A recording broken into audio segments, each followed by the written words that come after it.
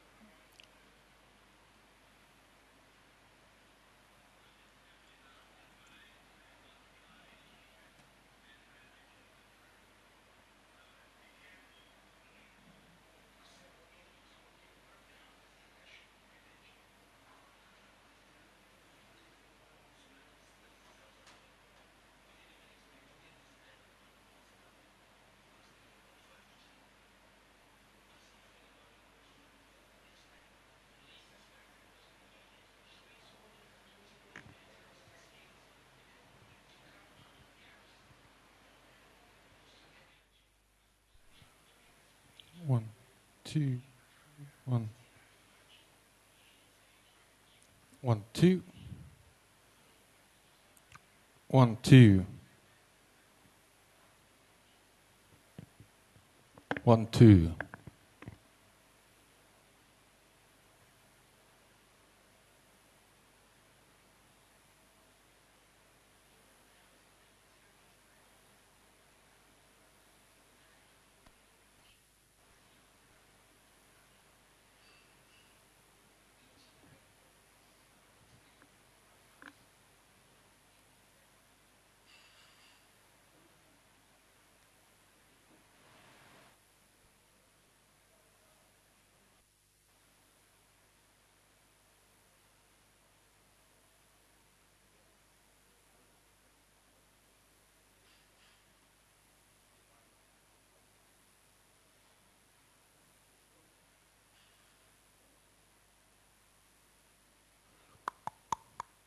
One, two, sound check 1.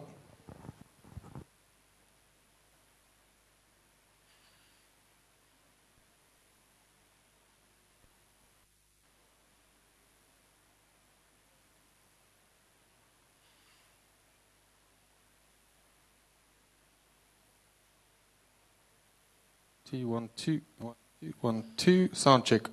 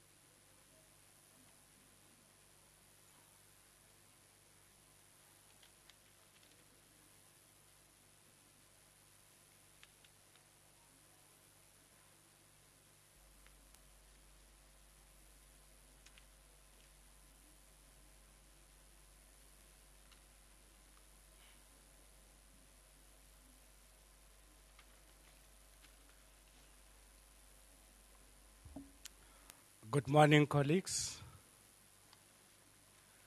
I think we can start with the program for the second day. We were trying to still give a little bit of time for people to be in the hall. It looks like a little bit half full. I'm a half full class kind of a person. I agree now there are people that when you show them a class which is half, some will say it's half empty. Some will say it's half full. So, but I came to understand that most of the delegates who were here would have only come yesterday, for yesterday only. And some have commitments like the portfolio committees. I think they're sitting there, legislature. Those who are from the legislature are not here. So we should be able to start. And let me greet you all this morning and say what a wonderful morning we have. It's by grace, it's by God's grace that we are all here. We are still alive. We passed the night very well. And I think I was in the gala dinner. I have seen how people can make some good moves on the dance floor. And that shows that people are really excited. People are encouraged. People still have hope. People still believe that it will happen, and it is happening, and it is there. And now, as we are on day 2, I think everyone now is pronouncing this concept very well from the talks that have been there from yesterday. RAAVC, because now some people will call it Ravaga. And when you go as Kukune, I like it because we always make jokes about ourselves. If you go to Hasukukune and you ask these guys to say Ravaga, you know, imagine aga Katoni ela ya goes Kukune go. Ela ya mnem to na taga. Kana Ravaga ne ya wana wargi na. And then oh yeah mula ba mama ila. They would always want to belong lwana. And you imagine it, say, got that Tony Elagagua, where you would hear somebody saying, in Tsotsital, you know, Tsotsital. Eba Roswa Gates, I saw my wing, I go over Roswa Gates, you like to go over Maila. Ever aim for it. Roswa Gates in guess what get them over. So if he was to pronounce Ravag again, it will be a different thing. But now we are all aware it's RAAVC, Revitalisation of Agriculture and Agro-processing Value Chain. And I'm Levi Mashiani from the Department of Agriculture and Rural Development in Limpopo. Today, I'm the one who will be driving this. I'll be piloting this plane. And without any waste of time, I think the program is quite packed. We will try by all means to ensure that we move very fast to protect concentration spans. I am going to ask Ndate Wandile Sehlobo, Chief Economist at AgBiz, to come and present on the challenges facing agriculture in South Africa, Limpopo province in perspective, I believe. Ndate Sehlobo, are we having him here already? But I know you.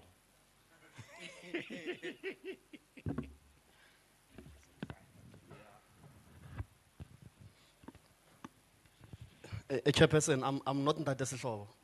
I've got no ambitions of being Ndate Sehlobo. Yeah, so my name is Matlogedi Tindisa once again. Ntate Ndlozi here is telling me that because I've worked with Ntate Malwa here, Ntate Malwa used to say all his soldiers are always ready to get into the battle. I just spoke to Wandile and he seems to be engaged elsewhere on other matters. So I can just go through a couple of issues just to provide the basis of the discussions that will be unfolding in the next item. And I'm just going to flight the slide that was presented yesterday by Dr. Galaba regarding the challenges that are that are facing agriculture in the Republic. And I want to believe that I'm not going to repeat, but just touch a couple of things that I think are important, but also made some additions. The slide talks about the macroeconomic issues in terms of inflation, in terms of monetary policy, and so on and so forth. But it also goes on to talk about the challenges that we are encountering globally, whether it's in terms of Russia-Ukraine conflict, talks about recently the Israel-Gaza, but also the seismic extreme climatic weather patterns, and then the issues of infrastructure and. I'm going to try to summarize the slide in the following manner, split it into three. I'll talk about the structural challenges, one, which will be flighted there. Then talk about strategic challenges that are facing the country, and then conclude on the operational challenges that we are facing. And I suppose that it's always easy to talk about challenges. The difficulty is talking about how to resolve them. Being a critic is always easy. On the structural challenges that we are facing, in the main, it's in relation to backward and forward linkages, which talks to the nature of the agricultural sector currently as we're talking, which is more export orientated. I normally prefer to base the arguments on data, and data will indicate currently that is out by Stats SA. It will indicate that I think I'm being sabotaged. Data will indicate that South Africa, the agricultural sector is export orientated in the main through the fruit industry. But if you look at the domestic part, the livestock, it's a significant industry in terms of value. So the structural part in terms of backward and forward linkages means that we need to ensure that as much as the trade balance is positive on the agricultural side when we export, but when you look at the agro-processing, since we are here for agriculture, for RAAVC, when you look at agro-processing, we are negative. So the question then becomes, how do we ensure that going forward we expand, we ensure that we have a positive trade balance. Once we can find those solutions, then we're going to be able to be competitive, but also grow the economy. So the structural element is very important. Hence, a lot of time when the president talks, when the Minister of Finance gives the budget speech, and the RAAVC also talks about ensuring that we adjust the structure of the sector so that it can both be export orientated, positive trade balance, but similarly, we then have a also positive trade balance on the agro-processing side. On the strategic side, on the strategy, Ntate Malwa, Batat, we used to have Batat, we used to have Asgisa, we used to have sector strategy in Ntate Malwa, we used to have Pakisa, now we're having RAAVC. I would call it old wine in new bottles, because it's simply, yes, we had fun yesterday, so I have to reflect about the wine.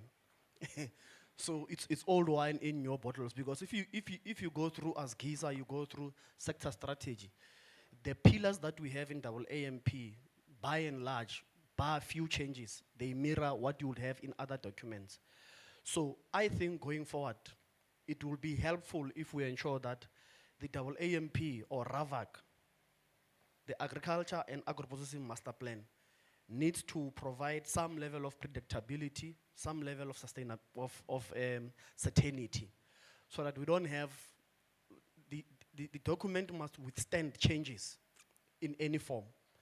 A farm bill, I think farm bill is in the US, Ntatemalo. Is it the US or EU? It's the US. Farm bill has been there for the last, I don't know for how long, forever. Let me just say forever. They don't change the document simply because there is some changes in the level of governance. So we need to come to a point that AMP, we agree in terms of implementing it. I'm not saying it's cast in stone. We can tweak it here and there, but it needs to be fundamentally the document that gives us the vision and mission in terms of where we are going. The last part, Chair, I'm not going to take much time, is on the operational issues, which then links to the book by Ntate Wandile Mahlobo of Two Agricultures in the Republic. If I were to categorize the different type of farmers that we have, subsistence, you'd have smallholder, others will call it emerging, you'll have commercial, you'll have largely dynamic agribusinesses. Now, clearly, they're not the same. That's why they've got different names. And it's fair enough to assume that if we want to intervene and support some of these farmers, the one-size-fits-all approach is not going to work. It's not going to be applicable. So the support package that Mama Shego in Ramashashani requires will be very different to a support package that is required by Kanana Kop, somewhere in the Western Cape in Grabo. And I suppose the Agriculture and Agro-processing Master Plan tries then to address those pictures so that we don't have one size fits all, which is then not responsive to the need. Similarly, the question of extension was earlier on raised here. The extension to farmer ratio, those needs to be addressed. And many other issues that would ensure that we, in terms of assisting our farmers, we are responsive. Lastly, Chair, the weather patterns. Extreme weather patterns are here with us. It seems like they're not going to be, they will need us to rethink how we do things. So we would need then to be able to come up with those innovative scientific mitigation interventions that would ensure that as and when we operate in a space that is influenced by weather patterns, we are responsive. The issues of the ports, ESCOM, and biosecurity, I think they were dealt with sufficiently yesterday. I wouldn't want to then reiterate what others said. Chair, I'm going to stop here. I hope it would have provided the basis for the colleagues who are coming after to then be able to engage further. Thanks, Chair. Thank you very much. Thanks, colleagues. Really, indeed, if your hands are doing nothing, can you give him a thunderous round of applause? He deserves one. He's ready in and out of season. He's a seasoned cadre. And we thank him for that, for standing in for Ndade Sithobo. And it is very much important to realize that you have saved us quite a 10 minutes out of 60 minutes. That's very much good. I agree, normally it's not the number of words that you say that matter most, but it's the content, the quality, yes.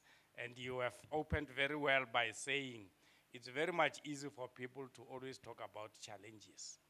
But now if you want to succeed in life, yes, challenges will always be there, The reason that we exist is to ensure that we come up with solutions to those challenges.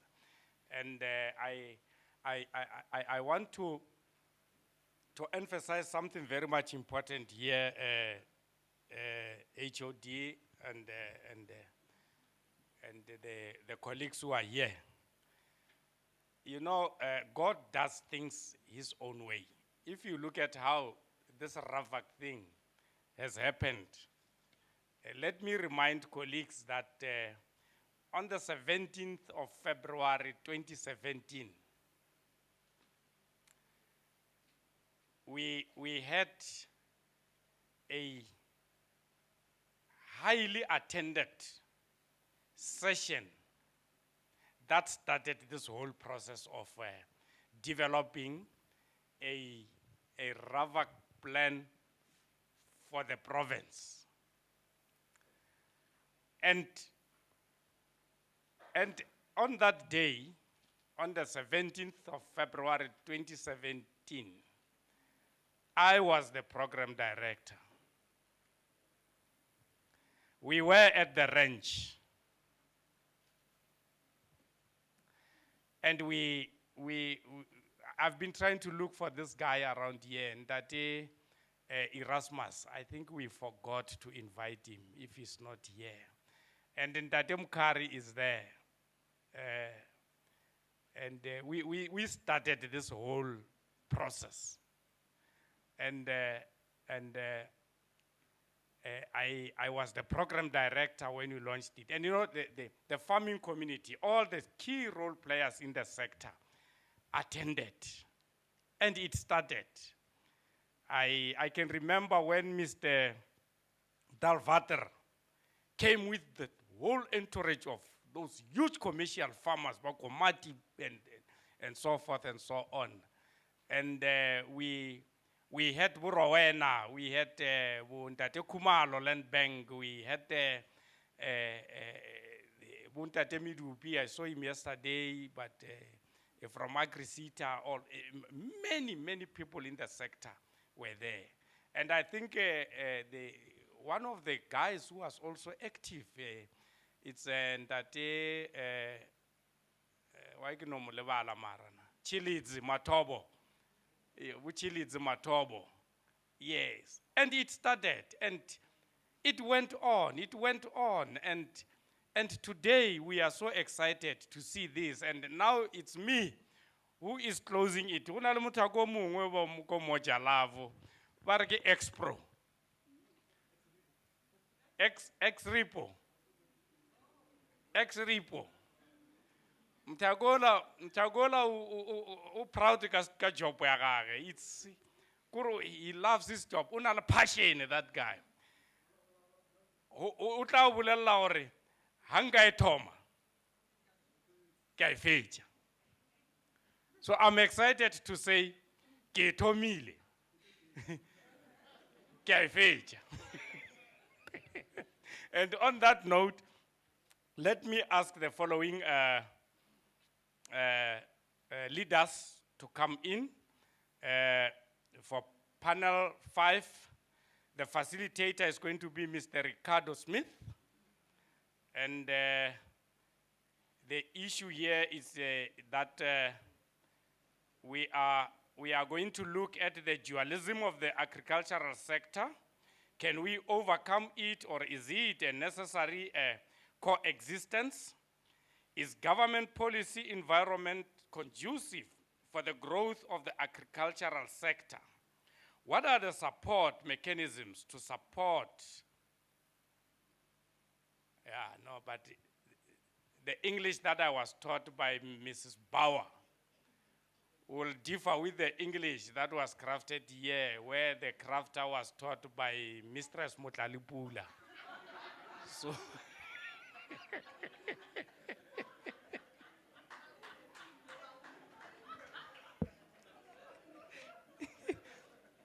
but it's fine, we will live with it for today. Yeah. And Mr. Ricardo Smith is an agricultural economist from National Agricultural Marketing Council, and the panelists who must come to the front here, it's Ms. Deirdre Carter, the Chief Executive Officer, Agri-Limpopo. You know, when I start to talk to the CEOs, the Chief Executives, give a little confidence, because I've got aspirations to become one.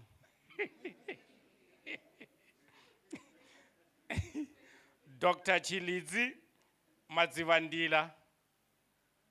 Now you see, I talk to doctors, and I've got very good aspirations to become a doctor. Professor Yan Tlongwane. Now, why you go the way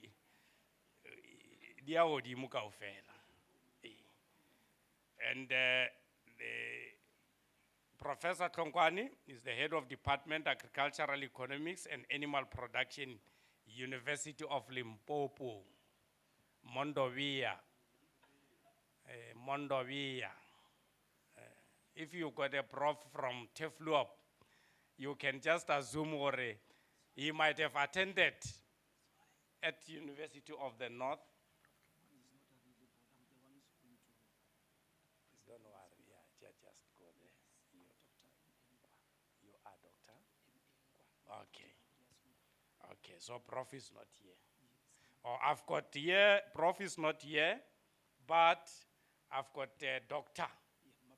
I would be very much worried if you would have sent Mr.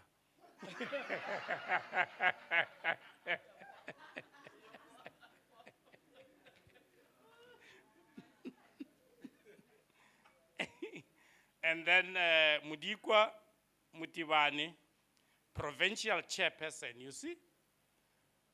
Now I'm talking about the chairpersons. National African Farmers Union. So I was still telling you that if Prof. Tlongwane was here, he would have maybe been one of those people who attended when University of the North then was invaded by the soldiers.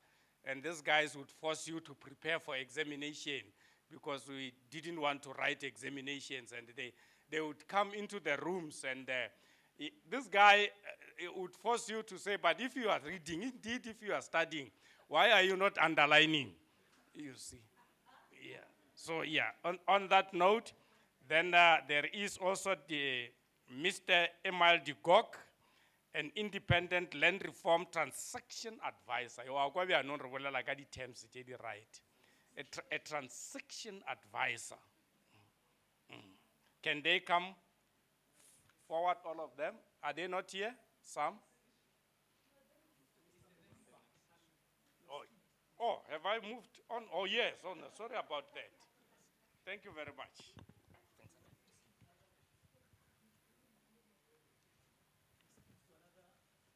Oh, okay.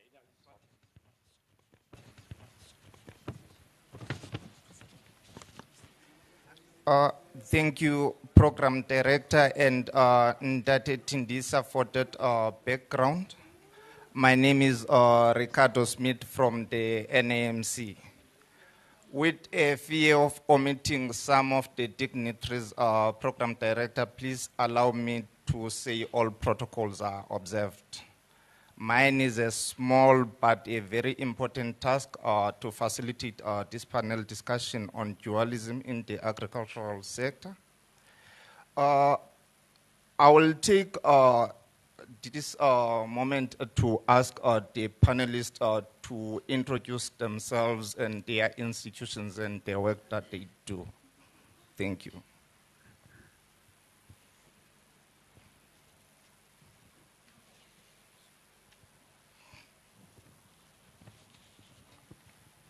Thank you, Program Director.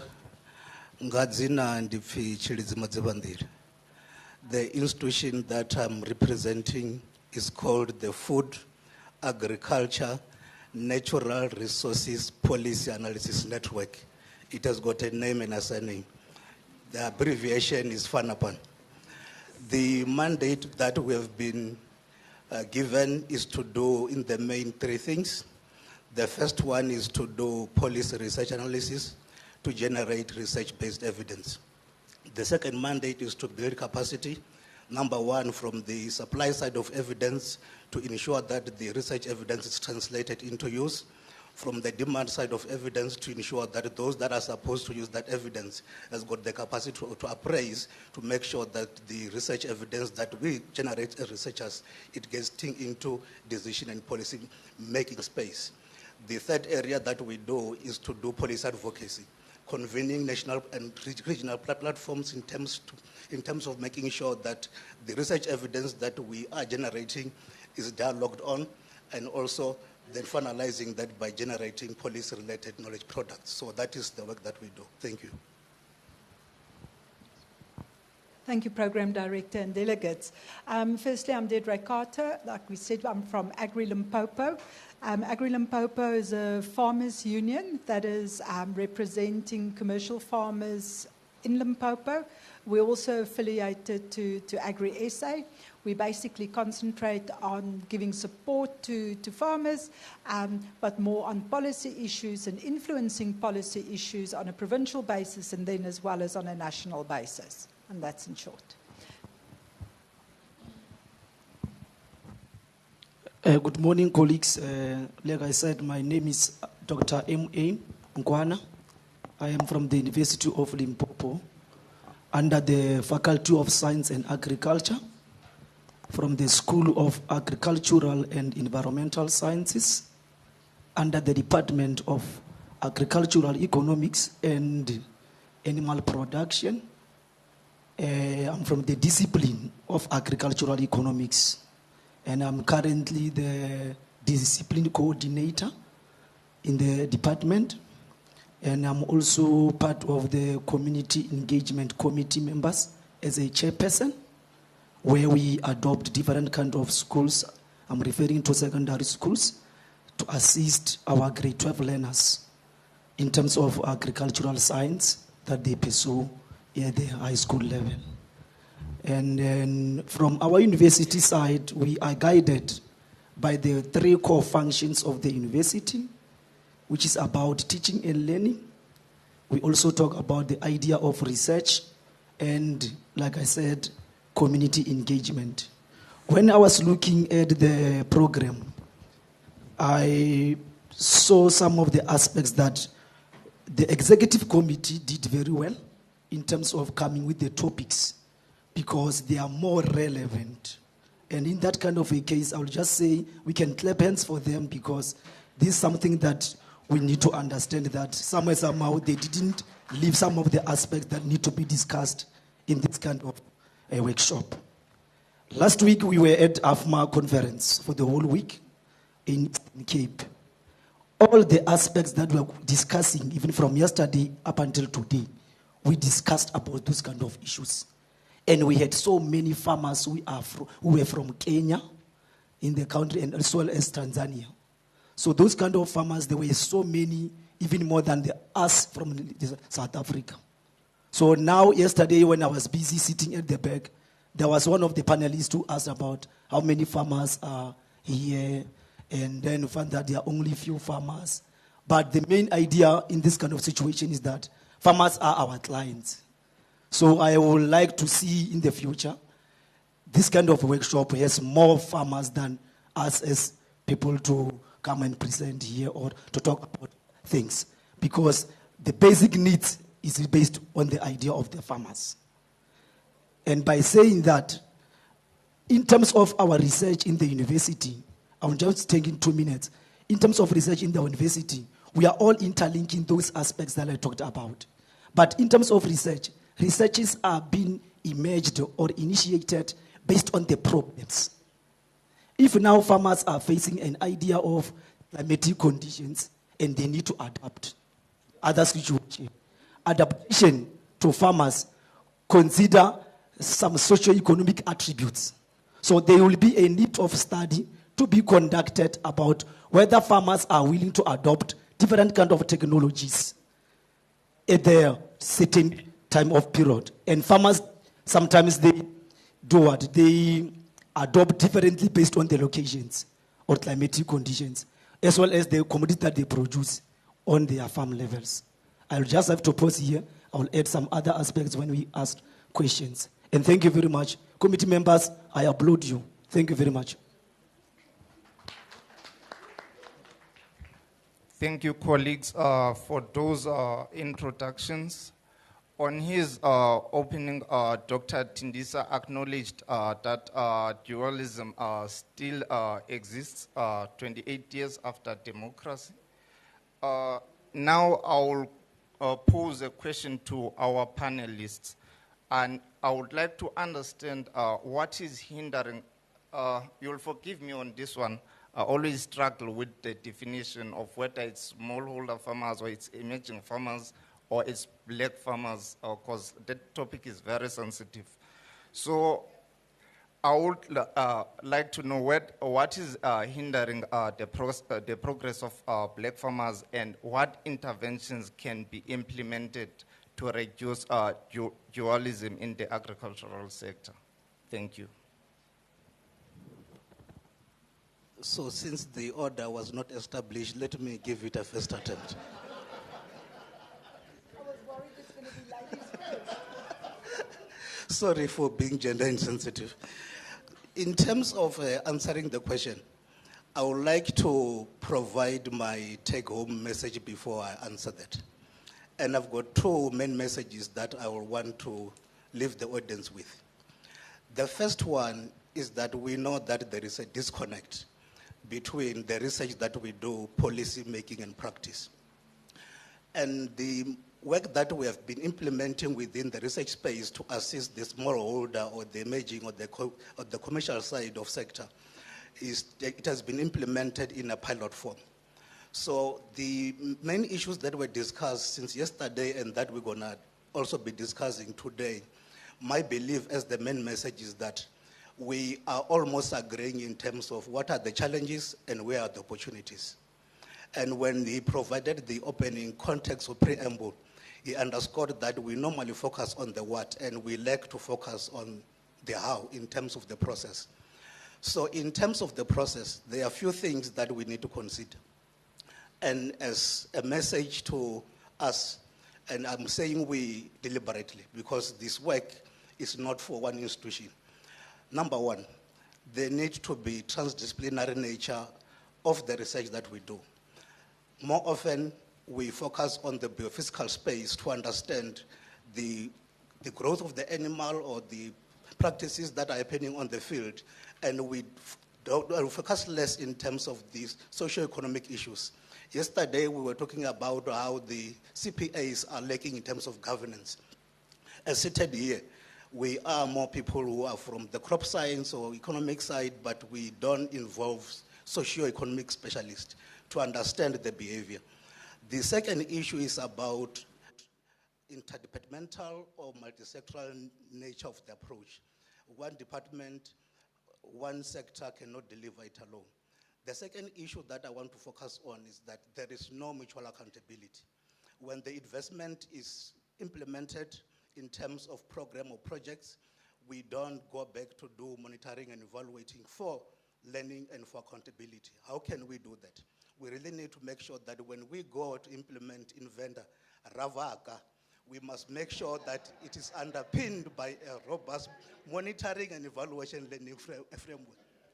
So the last thing that I want to provide as a take-home message is that how then do we make sure that we are having bottom-up approach in terms of making sure that those that are benefiting from our interventions are having a voice? So the main message is that we need to focus more on co-creation of solutions. Those that are supposed to benefit must be part of the solutions. Now, answering your question, issue of dualism, we cannot live with it.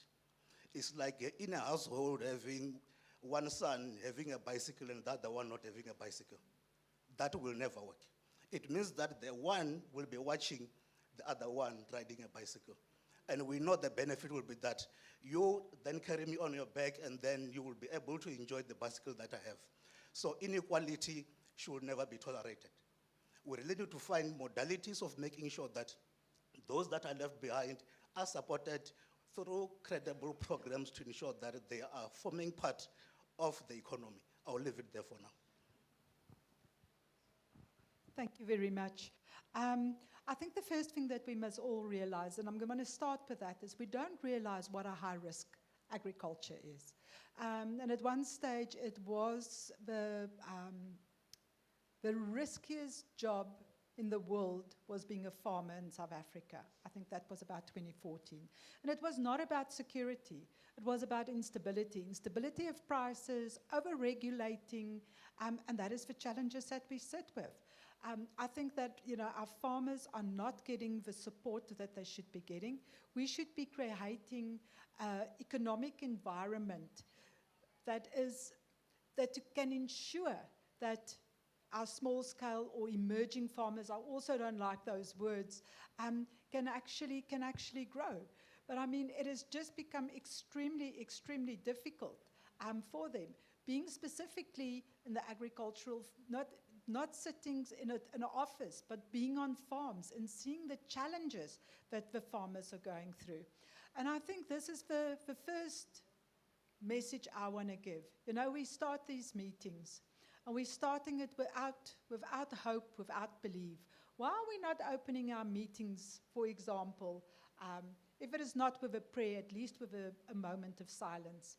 I want to get to the point where I want to give an example. We heard yesterday that farmers are around the table, partners, people that we say is our partners, is around the table because partly it's because of a fertile land of a neighbor.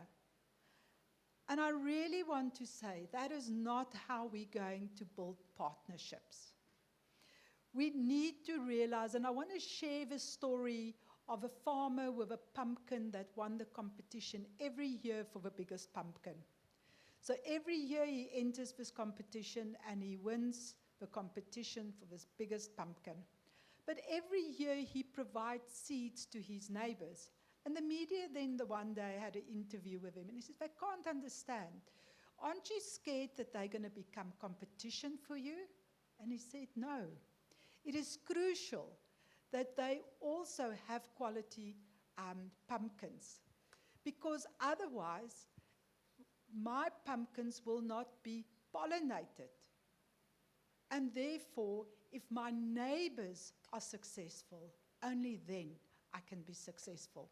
And I really want us to think that this is, especially Agri-Limpopo farmers and basically every name that was on that list yesterday, are honored to see that their farmers succeed, because if the neighbors succeed. Because if a neighbor succeeds, then he will be also more successful and have a bigger crop.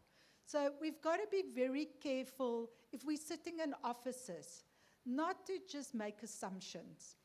And a farmer will tell you, you're not going to take land that hasn't been worked for 20 or 30 years and not have to put so much into it to get, to get it so that it is ready to actually plant, whether it is citrus or whatever it is. So land is not just fertile. You need to make sure that it is right for whatever you're going to plant. So on that point, I really want to say, when we have a summit again, I would love to see this whole venue packed with farmers. Farmers that can put solutions on the table. We really, I know they don't like meetings, but if we're not around the table, we're on the menu. But it is exactly the same for everyone sitting here. Why are we here? Because things are not working, because we haven't been around the table. We've got to be very careful of over-regulation. Policy certainty. I mean, just yesterday, I was shown here that when we were talking about the CPAs and the CPA verification process, how do we expect them to have meetings? How do we expect them to choose new leadership? If, for example, a verification process is costing them 40,000 rand.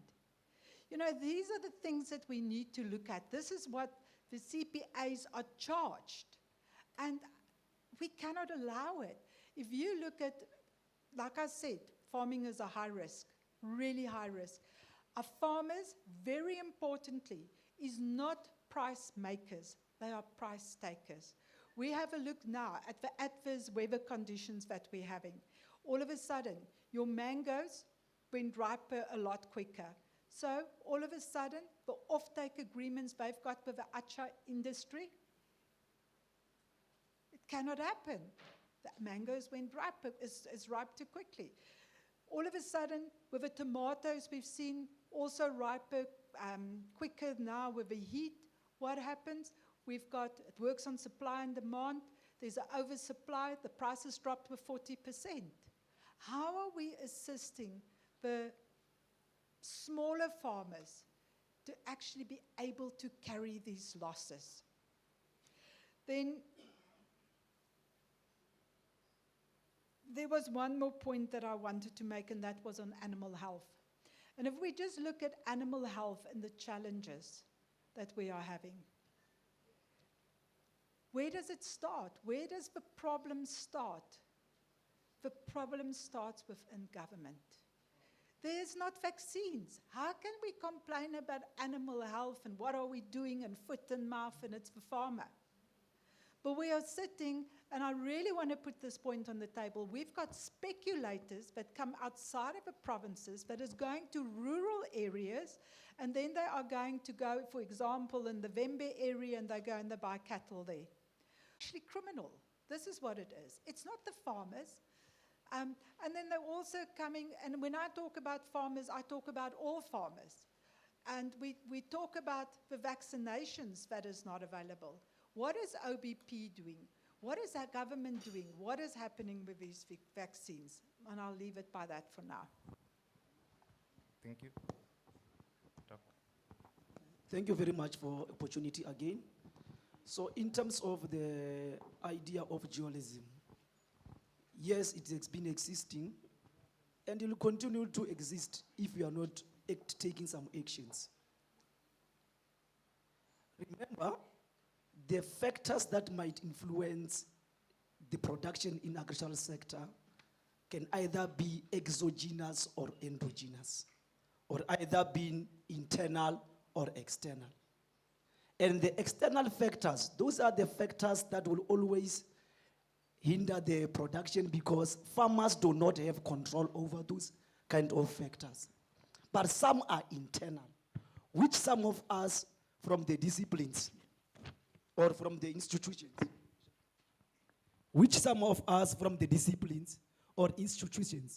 we might not be aware about those kind of information that is hindering the farmers to produce enough. There's an idea that was brought forward by the name of TAR, which is TAAR, which was an idea of saying there is a technology, but we are still having so-called technological stagnation. And that is one of the factors that a farmer cannot have control over. We are talking about hybrid seeds that the farmer should adopt in order for them to produce enough. Are those kind of seeds available or acceptable by the farmers? If they are acceptable by the farmers, are they accessible to the farmers or not? Those are the questions that we need to ask ourselves. If they are accessible, are they affordable to farmers? Or we are going to subsidize farmers about those kind of seeds? I'm just referring to hybrid seeds because it came into my mind. But there are so many different kind of technologies that we are talking about, that there's a new technology in China, there's a new technology in Europe, there's new technology in this kind of a country, they are using it. Are those kind of technologies relative towards the production of small-scale farmers in the country? No. Those are the things that we need to go down to have some special needs with the farmers, sit with down them, ask a lot of questions about what is it that is hindering themselves in order for them to produce enough. Then we will not have this kind of issue of technological stagnation. A farmer will never invest in a technology that he can foresee or she can foresee that the benefits out of this technology will be enough for his side, or will be conducive enough to build the farm or to grow the farm. So there's a need for us to develop researches that are more social or relevant to the farmers. If now we gather some information to say, let's conduct a study about whether farmers are willing to adopt the idea of a certain technology. Before we bring that technology, farmers will be aware about the same technology that we are referring to. Then if they are aware, are they willing to adopt? And if they are willing to adopt, is it accessible to them? Will it be affordable to their side? Or will they need any subsidization in terms of the funds for them to purchase the same commodity? My understanding is that a farmer will never have everything at the farm if he's willing to produce. Because when you are having your own storage at the farm, your maintenance will also come from your cost. If you are having a tractor, using it once for cultivation, the maintenance of the tractor should be from your pocket. So those are the things that we need to look at before we can try to say this and this and this. There's no linkage in terms of the markets for farmers. I was very disappointed when I went to this other farm. I'm just giving an example. There's a farm called Mosasu. It is not even far from town. It is led by the Memare. When we arrived there from the university side, we found them having chickens which are ready to be sold to the market. But they didn't have the market. And the Department of Agriculture is just nearby to their side. And they even said it is only for their side 2 weeks that they've been there, and they are chowing food again. That means now they are carrying more of the feeds to feed the chickens, which they are not going to even be sold. Then I went to the campus. Mr. Manzu, we were in the campus during that time period. You are working with us. I went to the director's office to say, this is the situation. The following day, we asked for our master students to assist those kind of farmers to sell their commodities, which were chickens. After 2 days, those chickens, all of them were sold. Mr. Mansu can also attest that. So, as from the university side, we are not working tangibly with the farmers, but we will to see a very nice partnership or rapport with other institutions based on the idea of the research that we are conducting. That information from research, the results for them, they need to be taken to the farmers. So those are the things that sometimes we need to check the ideas before we can say we need equality in terms of the different kind of farmers that we have. So one tree will never form a forest. It means alone, the Department of Agriculture cannot do all the aspects of the farmers. Farmers need proper infrastructures. Farmers need to move their goods from the farm to the market. How are those kind of roads? Most of the farmers that are producing, they are certainly in remote sense areas. And they are far from the market. So those are the things that people also mentioned about the idea of saying, let's do need analysis. Let's consider ourselves to do so-called a bottom-down approach. Sit down with the farmers. Ask them what is it that they need. And there are other information that the farmer will never give you. And some information opposite the farmers, they are very sensitive. And most of them are based on the idea of so-called institutional stagnations. Disagreements amongst themselves in a cooperative. Some of them, they will never come true or can never come clear about the issues. They will never be transparent. Thank you very much. Thank you. Thank you. Again, there's often a narrative that dualism in the agricultural sector should be blamed on the failures of the current government rather than historic laws. I just want to check, is that a fair narrative? Thanks. Would you like to take a bite, Doc? It is not a fair assessment. And I will motivate for that. My motivation is because the way we are approaching things, we are using history to measure our success or failures. And we should not do that. There are pockets of success stories or in terms of projects and programs that have been implemented through investment that are coming from a very constrained fiscal space. How then do we make sure that a single rand go an extra mile? I'm repeating. The government is investing to implement programs using a very constrained fiscus. And for us to say government is not delivering is a very unfair assessment. What we need to do is to make sure that we are looking at those success stories and glean out what is it that we can package to implement using a lens of learning. What I can say we are failing to do is to use a fair lens of learning and making sure that we are taking forward those lessons that we have learned from the success projects and programs, and also learning from the failures of those projects and programs, and also learning from the failures of those projects. Yesterday we heard about the different projects that are doing well and those that are not doing well. The combination of lessons from those, what is it that we can learn and invest in those and move forward with those, and then we will get return on our investment. Then to supplement that, the way in which we review things, we normally implement, move and go. How can we make sure that when we are investing, we make sure that where the investments are already happening, from a public purse or from a private sector space, we make sure that we deepen our game there and make sure that we are realizing success.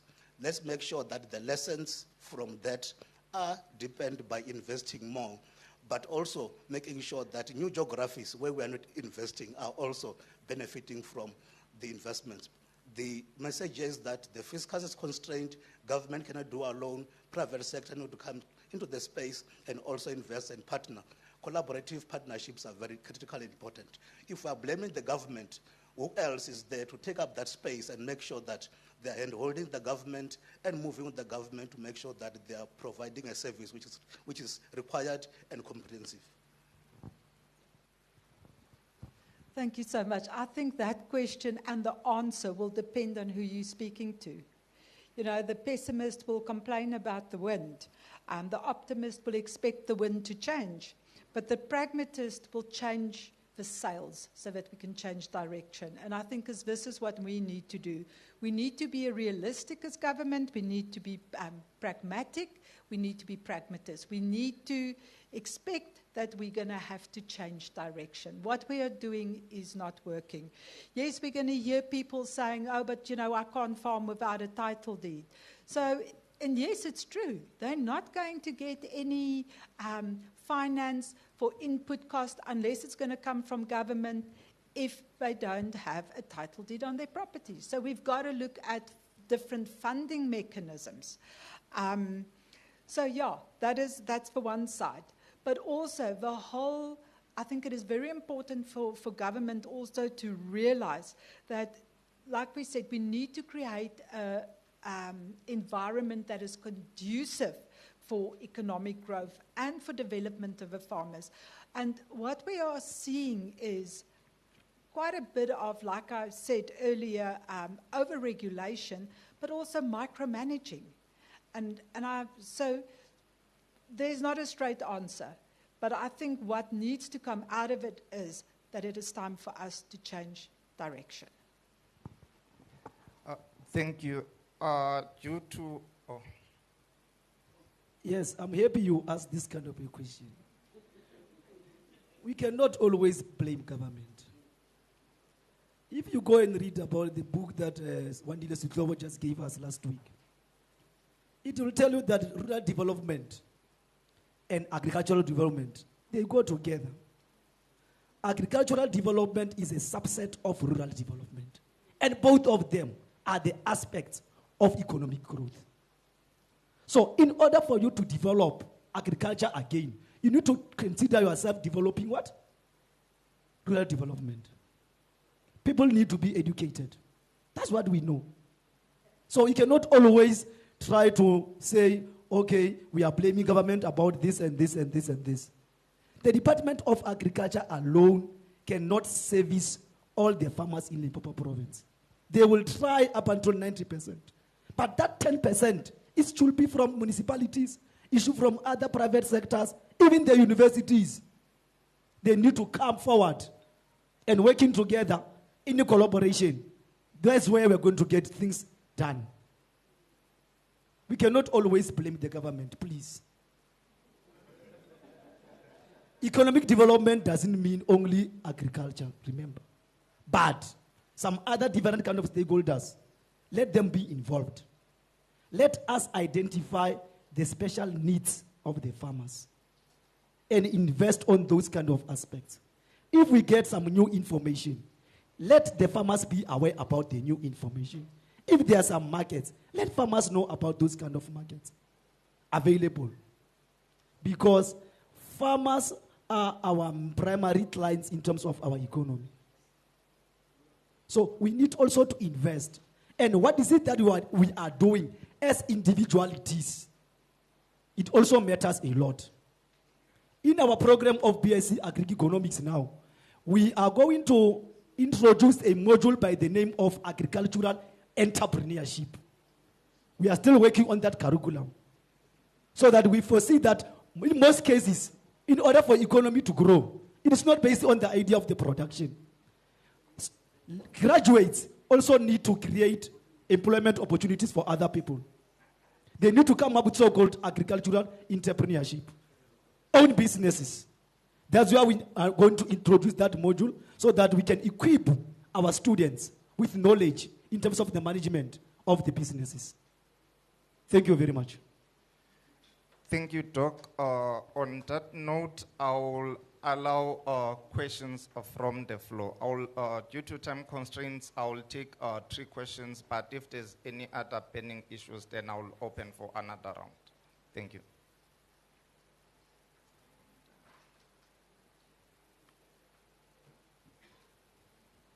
Thank you.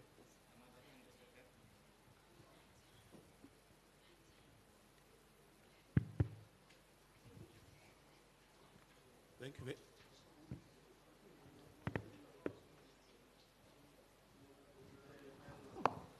Thank you very much, Program Director, and good morning, everybody. My name is Sechaba Nkwana.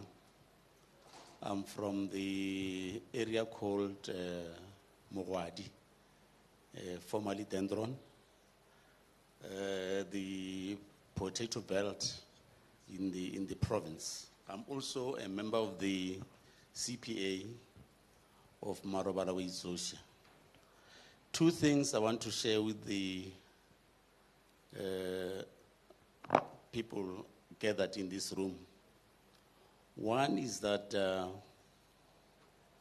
when we support the CPAs, we need to be very careful that we don't involve members of the CPAs, particularly the executive, in the business enterprises.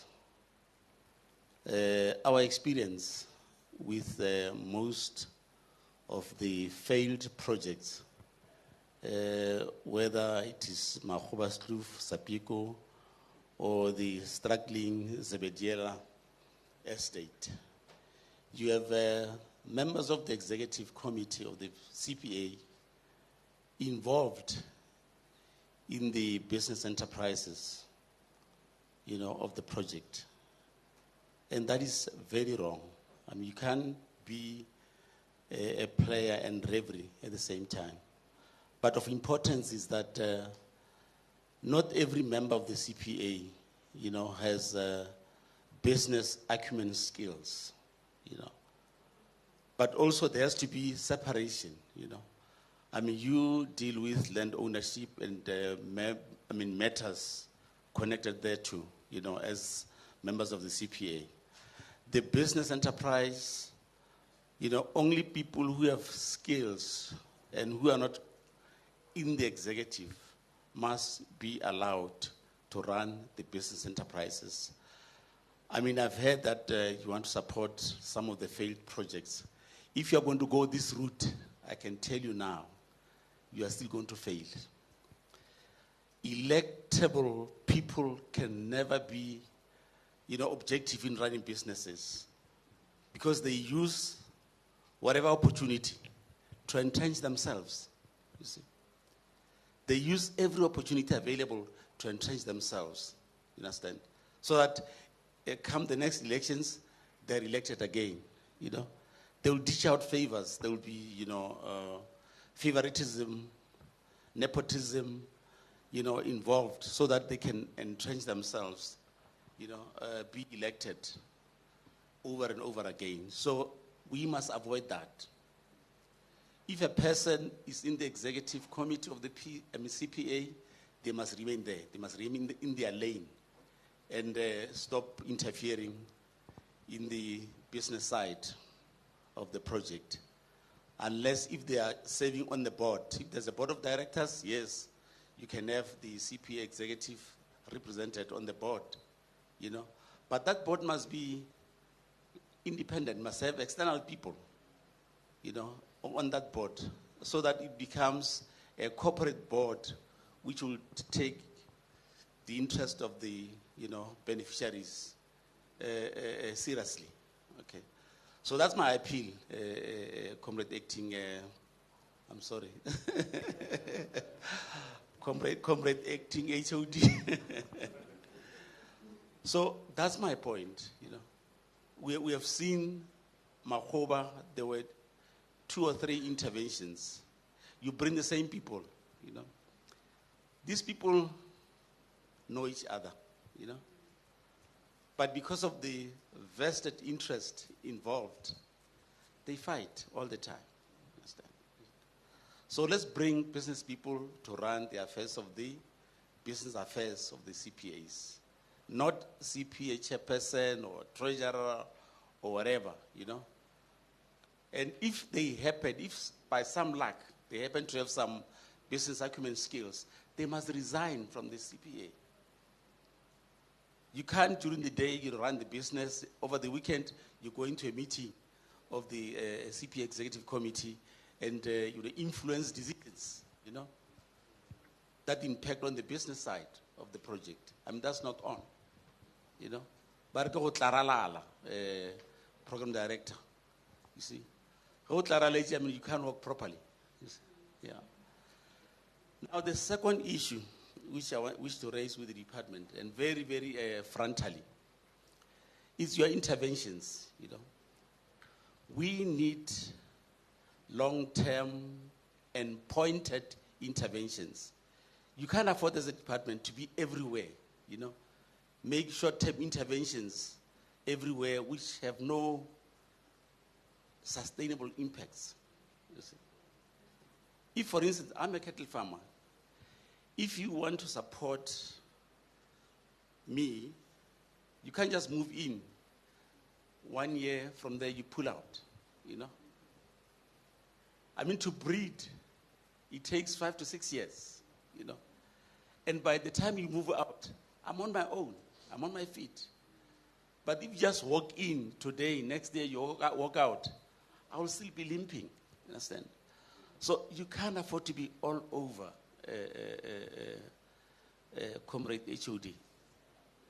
Let's focus on giving our people long-term interventions so that by the time we move out, they are on their feet, they can move on and expand on their own.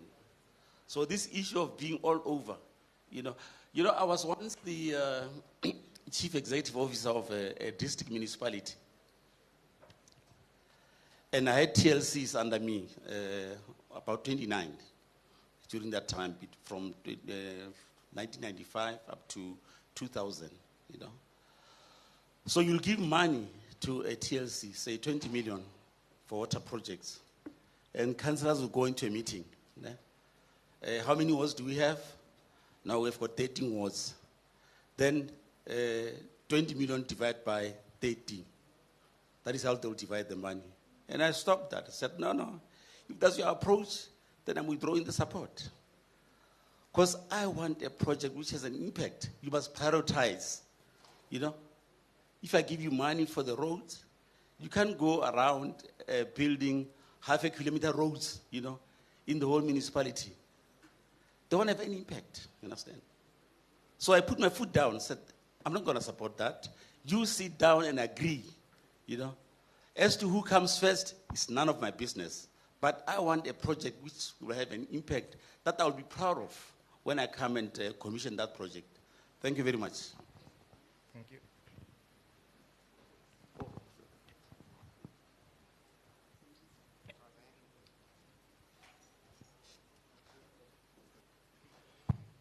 Thank you very much. I want to talk about this issue of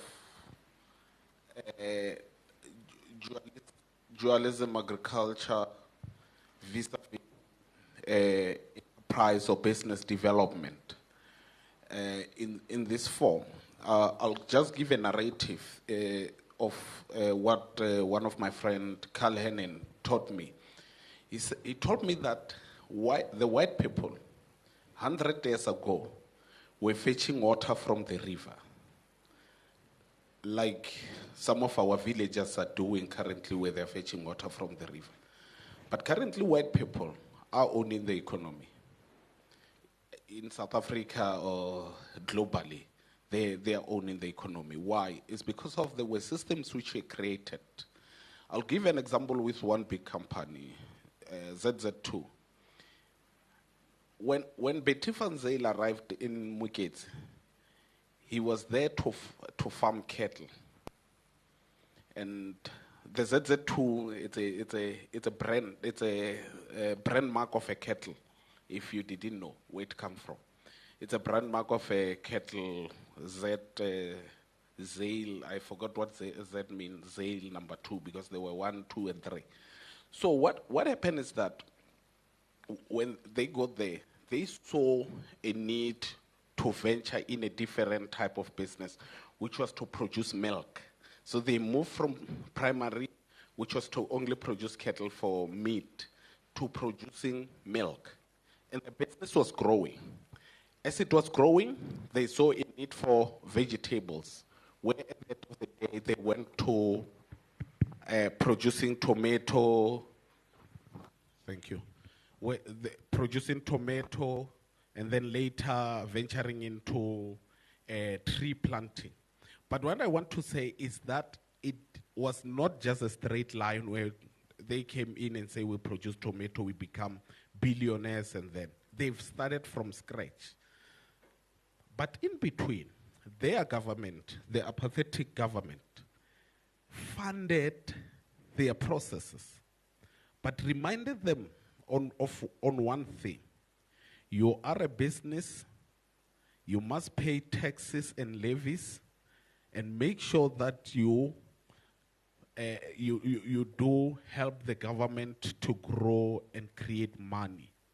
So why don't we adopt the similar concept into our black growers?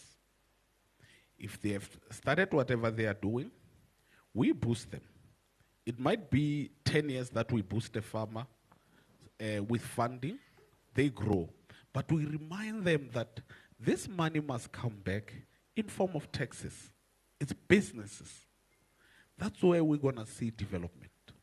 But again, the role which is played by municipalities in agriculture, it's questionable. Why is the Polokwane fresh produce market closed? I think MEC will talk to Councillor Makoro about this. Why is it closed? Why do we have invasion of private sector markets where else people can benefit from that, which is the markets? Why are our roads to farms not graded? Because they tell you when you arrive in the market that your product has lenticels because of roads. Why? Accessibility to farms, accessibility to market remain questionable. And it's the market, it's the municipalities which are doing that. But at the end of the day, we don't go back to the problem. We're trying to find a solution which we don't know the problem. Why are our markets not transformed? I mean, when we're talking about transformation, it's a continuous thing we know. But we're talking about access to markets, which white people are still dominating in that market for how many years now? 30 years now. Why? And the question remains that we don't have, or the answer remains that we don't have systems. We create policies every 5 years which are not linking to the previous policy, or which are trying to prove point to the previous policy. So that is where we need to start. We need to work on how do we resolve our challenges towards getting that. But learning from those white people, we must learn from the system they've used. I'm just giving you a ZZ2. If one day one person just sit and study the mentality which was used by that company, you'll understand that growth is possible for black farmers.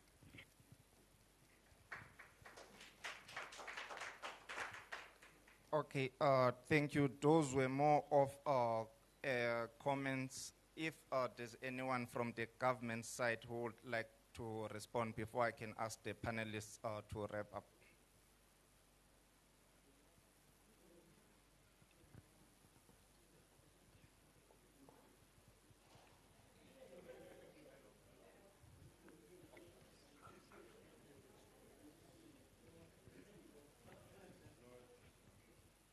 Thank you very much, and good morning, colleagues. I think when I was not here, you were having a good conversation. Now that I arrived, you are starting politics.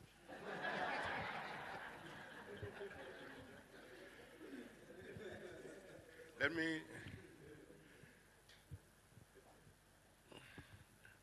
me indicate that I've been a civil servant. I'm a pioneer of the expanded public works program. I'm one of the person who came with the social facilitation process that we are following in government.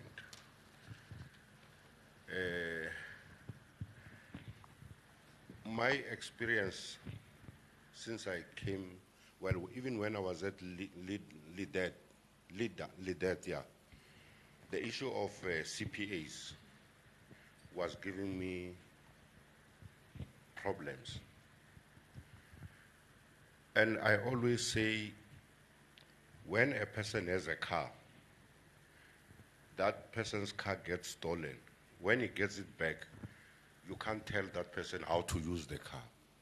If I nyaka uberekisha koloi for dinyatsi, it's up to that person.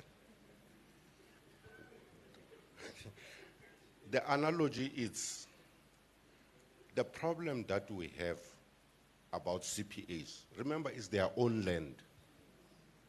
Government has given you land. And people still want government to go back to them and say, this is how you need to govern. How do you govern your household? I mean, this thing, to be honest, there are successful stories of agriculture where communities are, because they understand that there's no money in agriculture. By the way, people think there's a lot of money. We went with the deputy president in Hoedspruit. There's a community there, Barcelona. Barcelona. Those people, because they got a chief, they had a proper hierarchy. The CPA is doing well.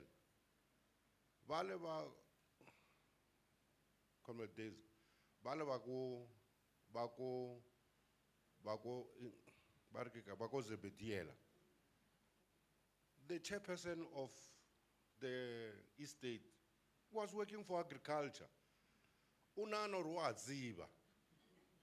Let's just, we must tell the truth. He wants to be a referee, he wants to be a player, he wants to be Ronaldo, he wants to be everything. That thing has collapsed. And how much money has government put there? Lots of, and I think you must go and march and say, stop supporting, because we can't, Limbeck, we gave them money, we want to start the project, 6 million. They are fighting, we take the money and give it to Zebediel. But we to Zebediel. But what else must government do? At some point, we must tell the truth. Or no, but failure, let's move on. Because we are wasting money. When I came to agriculture, I said to Dr. Lapskakne and the HOD, put 1 million for social facilitation. I want to see, because I know, it's my way or highway. Because we can't be wasting our time here. Look, I'm saying politics. We are talking politics. Who wants to be a businessman here or a businesswoman? You want to be a business. When you are a business person, you gave the story of, I think you read the same story of the Fanzel brothers.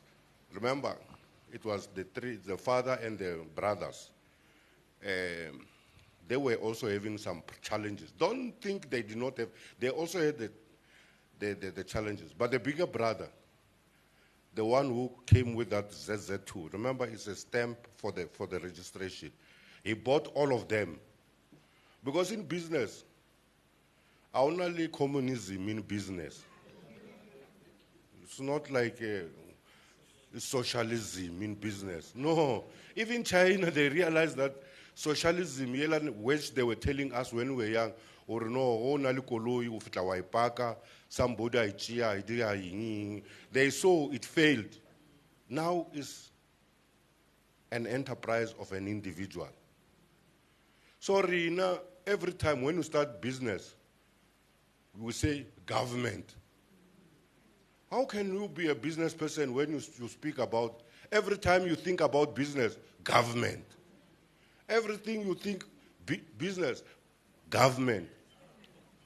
Look, by the way, I'm also a business person. Ne? I'm saying what I've learned in business. When, as an individual, you must stand for yourself and go and fight for yourself.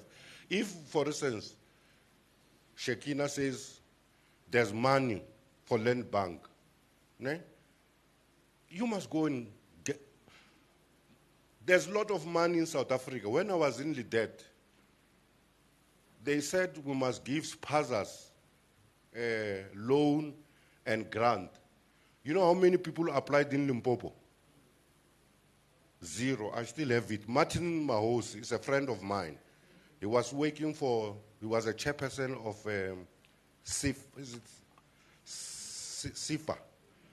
He sent me the application. In Limpopo, 0 people applied.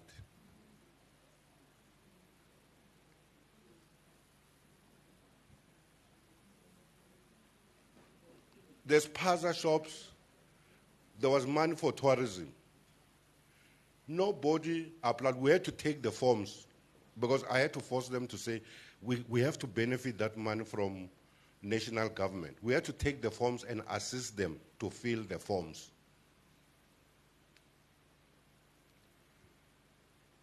Even now in agriculture, when you say there are these funds available, people don't apply. Remember, we are in the rural area. That's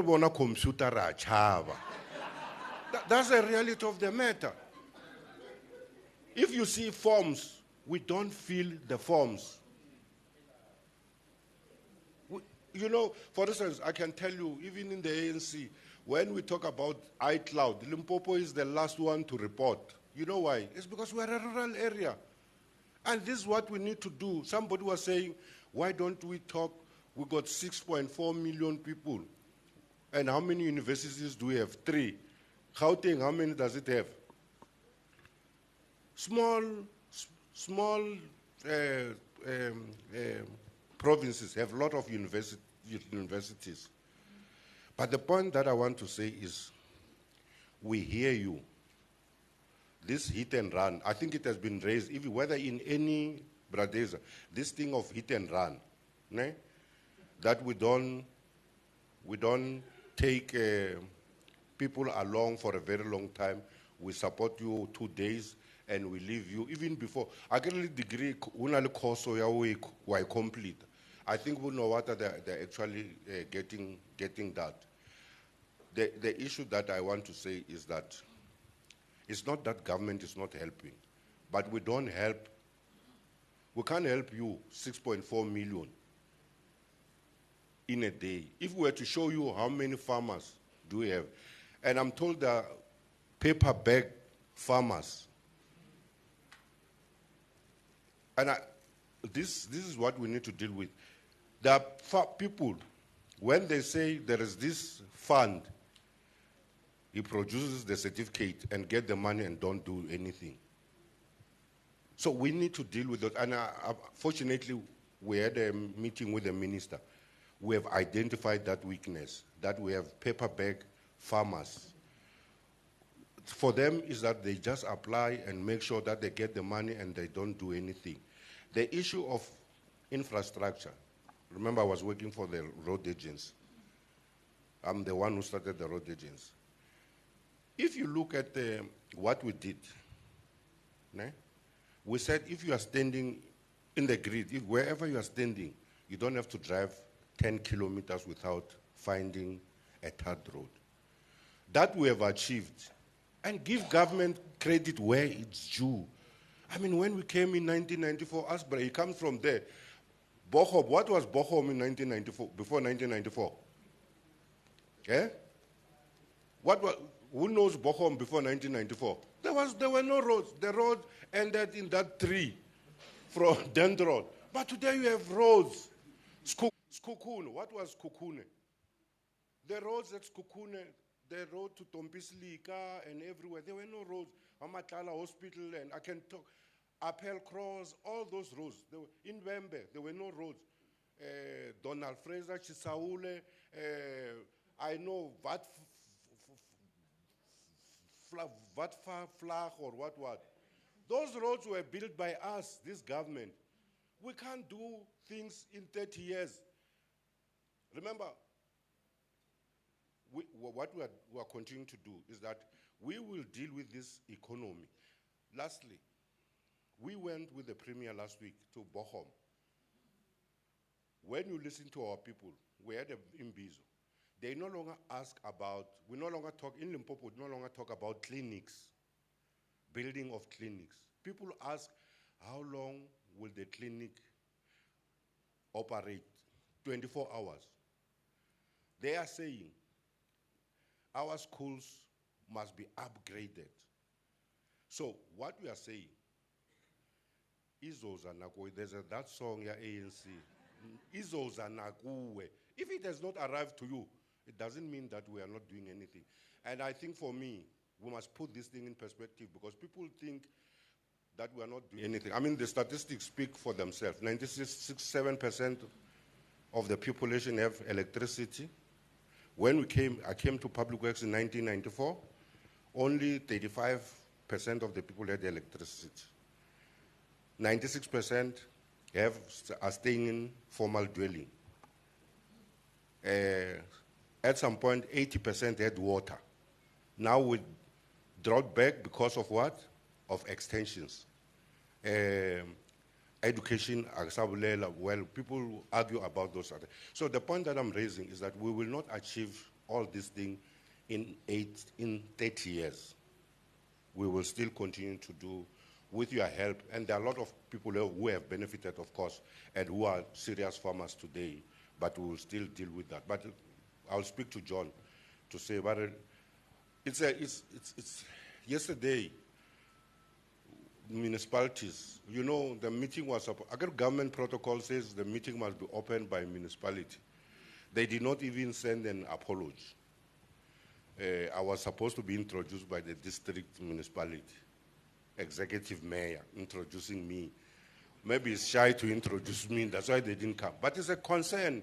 If this thing that we're doing it in their locality, and it's a problem for me.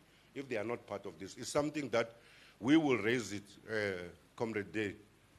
It's something that we must raise it sharply, where we are working, to say municipalities don't take our people serious, because for me it's a serious concern. If municipalities don't take our people serious, on a summit like this, agriculture, I'm just saying, it's not on. We'll deal with it. Thank you.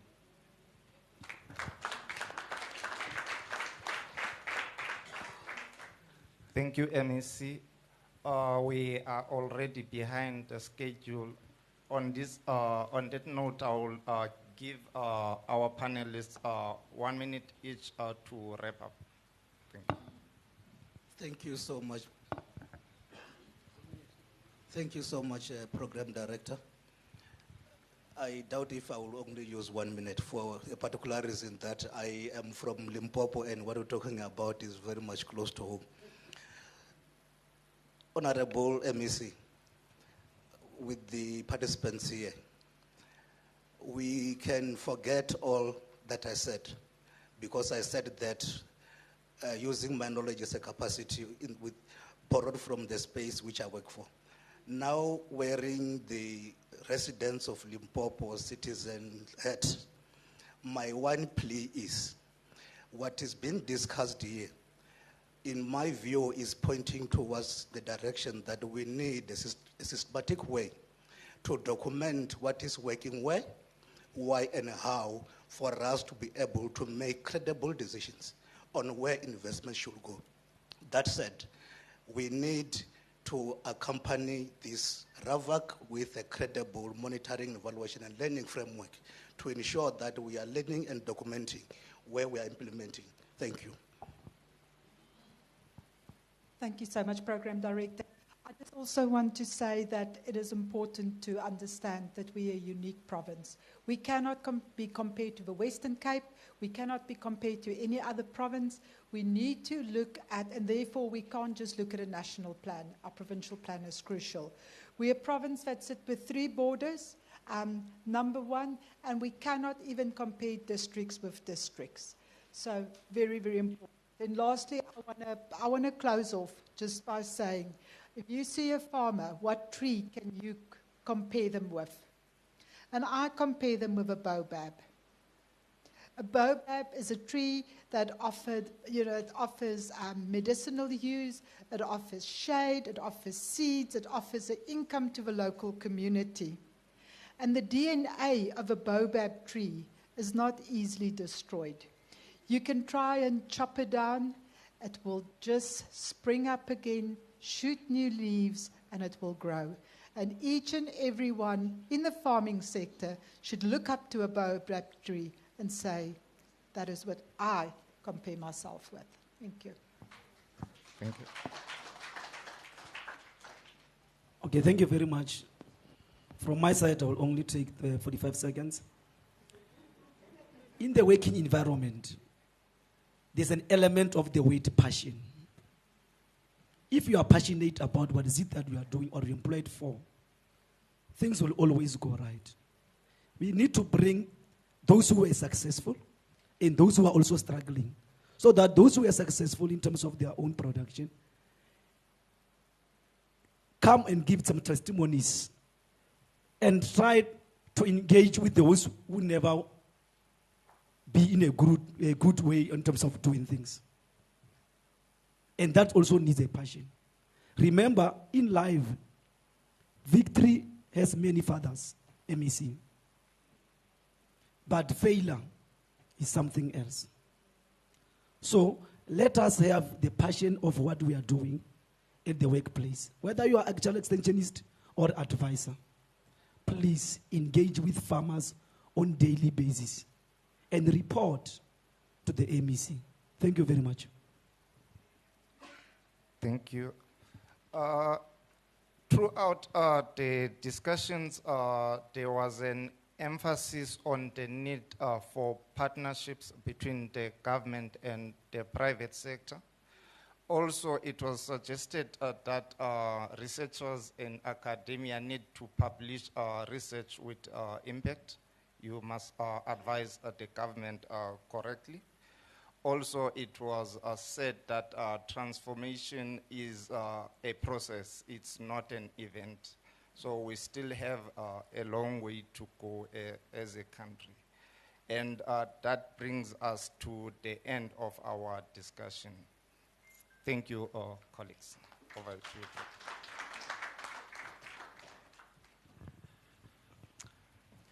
Thank you very much, panel members and the facilitator.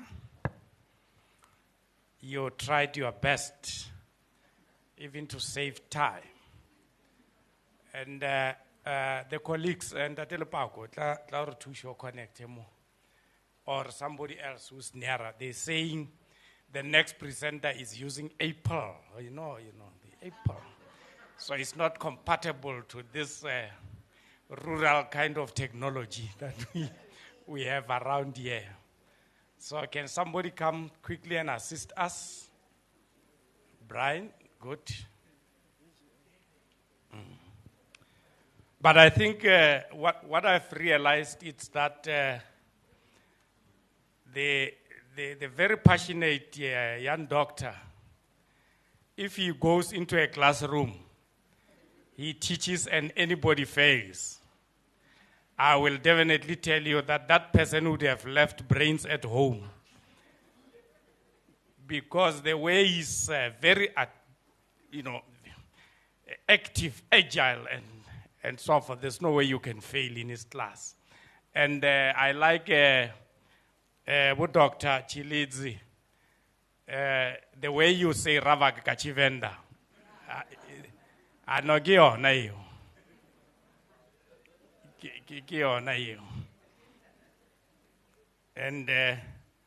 And I think Deirdre, you're very much spot on.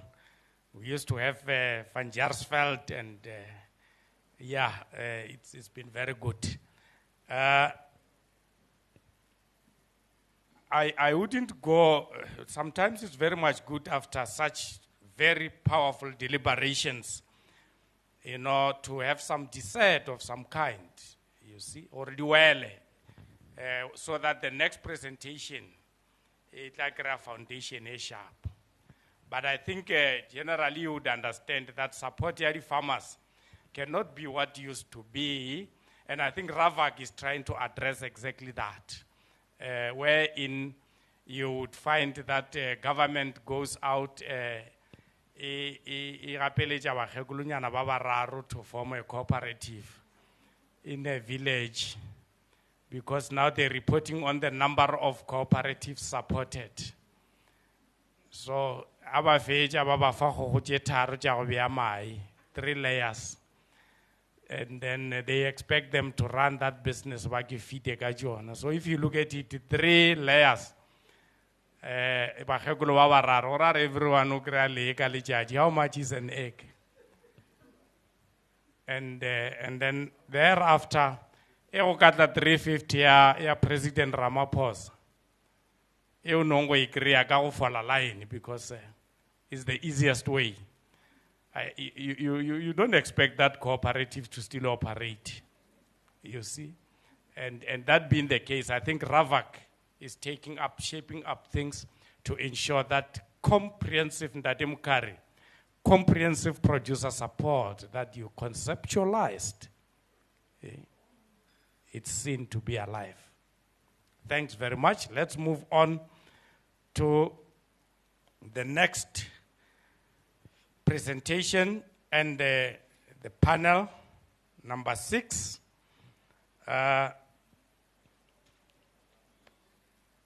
We will be a little bit strict on time here, so that we really stick to the time slots allocated. So the presentation will be rendered by Mr. Emile de Kock, who is an independent land reform transaction advisor and the managing director at Land Economics Future and Transformation. He will be talking to us on the topic Sustainable Business Development Models for RAAVC and Land Reform Projects. And the facilitator will be Mr. Nkumeleni Livebe, who is a Deputy Director, Limpopo Department of Agriculture and Rural Development. And the pointers of panel discussions are land ownership, funding, that is the funder's business model, partnerships, shareholding, and commodities. Panelists who must take the front seats now are Mr. Jan Alberts from Impact Catalysts,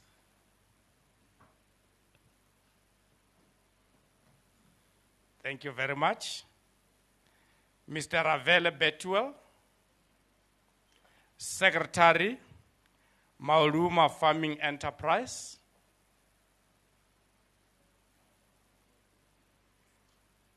Thank you very much. Yeah. Mr. George Fraser, Owner Director, Segodi Consultants, Sisi.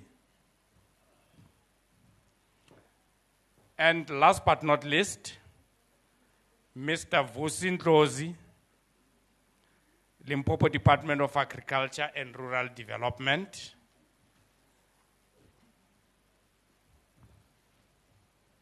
It looks like all the panelists are here. I was a little bit worried by Mudikwa Mutibane being a provincial chairperson of the farmers, and the issues we were talking about really were talking to the farmers. It would have been good to have him participating here. Thank you very much, Mr. Levepe. Over to you. Thank you, Program Director, Ntate Mashiane.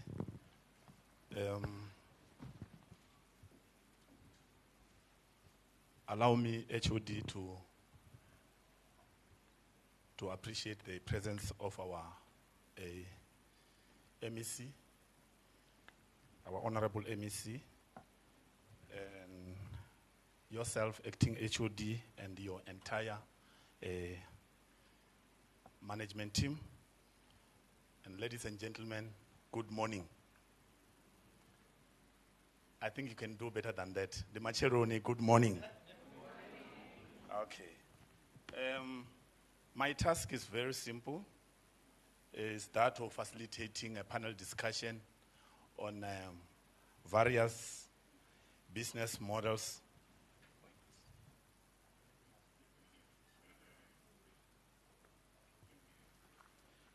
is to facilitate a panel discussion on various business models that could be used in the implementation of both AAMP and RAAVC, with a specific focus on land reform projects.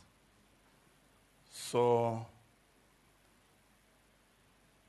we have been given a good foundation from yesterday, without trying to exaggerate the importance of this topic, but it captures the very operational aspects of both RAAVC and AAMP. This is because this topic deals with the questions on how and what. So we are going to learn from successful projects that are being implemented on various modalities.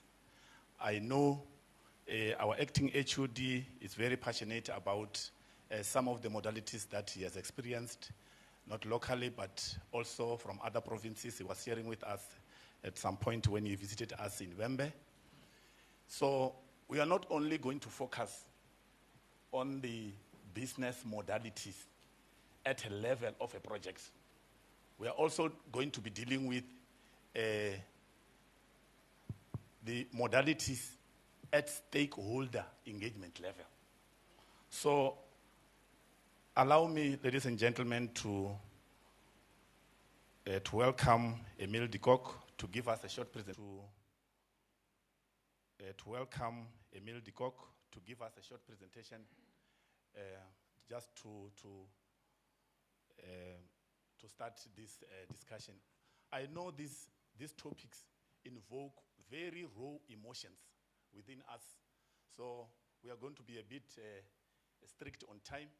If you see me, raising my finger,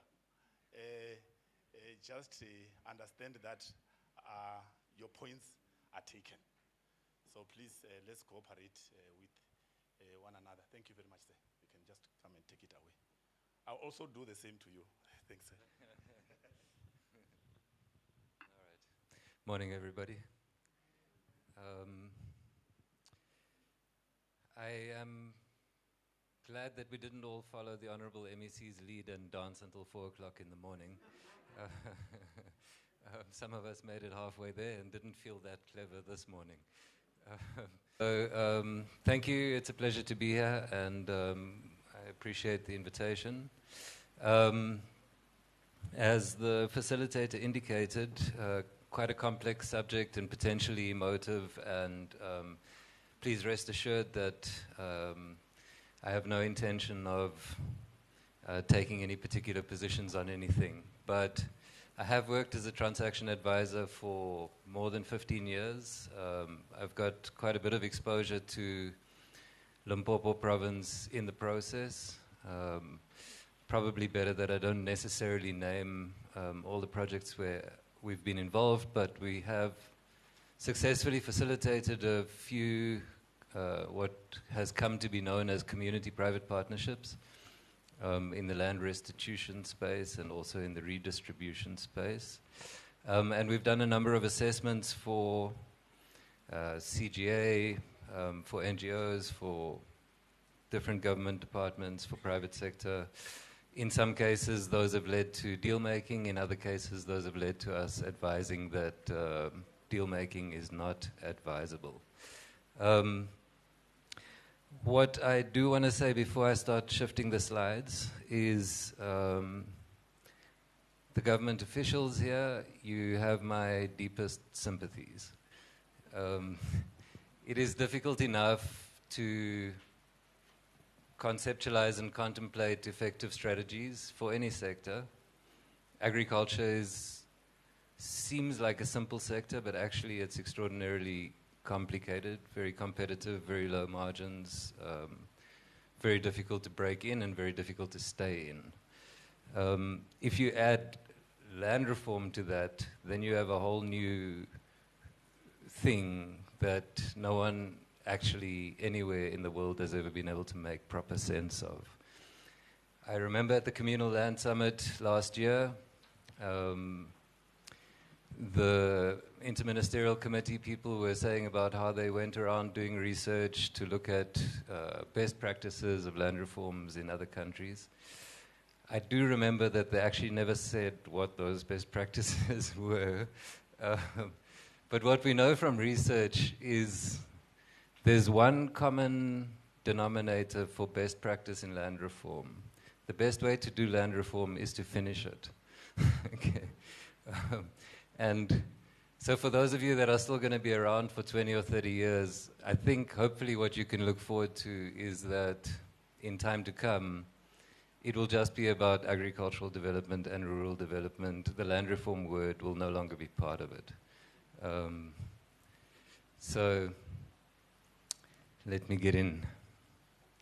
The talking points have already been mentioned by the facilitator. So I'm going to jump straight into ownership. This is just about, there are only about 4 or 5 slides and very concise. Just trying to create a few objective baseline points, shall we say. I think we're all aware of the 3 main legs of land reform.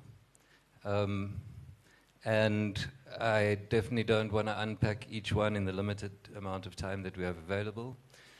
But you see that I've highlighted some freehold words. And this is thematically important when we're thinking about business models. Because business models normally involve deal-making, and deal-making normally involves decision-making. And depending on the type of land reform leg we're dealing with, who and how decisions get made differs quite substantially. So I'm just going to highlight lapa na lapa, and then we'll move on. An example that I'm making here in the redistribution section, Angit, we had different redistribution programs over the years.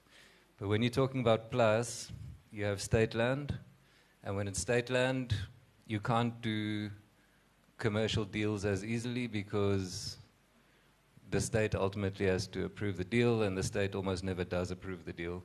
So So you can kind of just take those off the table when it comes to normal commercial arrangements.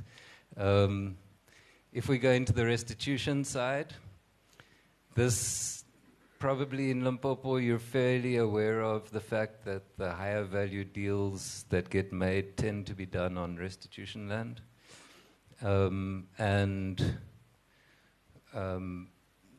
In most of those instances, the CPAs or trusts, as the case might be, tend to have the authority to make decisions because they have freehold ownership of the land.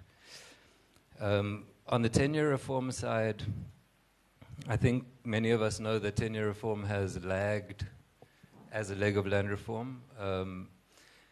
But interestingly,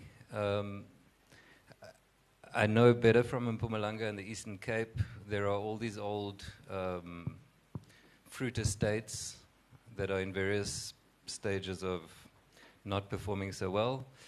Extremely difficult to do deals there, again, because it's state land. And I'm not going to offer any opinion on that, but the way in which policies are interpreted and the way people feel about these things differs. Irrigation schemes, farm dwellers, I would love to talk about that stuff at length, but today is not the day for that. This pulling power slide, I've changed the names a little bit, but it gives you a sense of how some of that previous table plays out when it comes to resources. So on the bottom axis, we have state resources, and on the vertical axis, shall we say, private investment.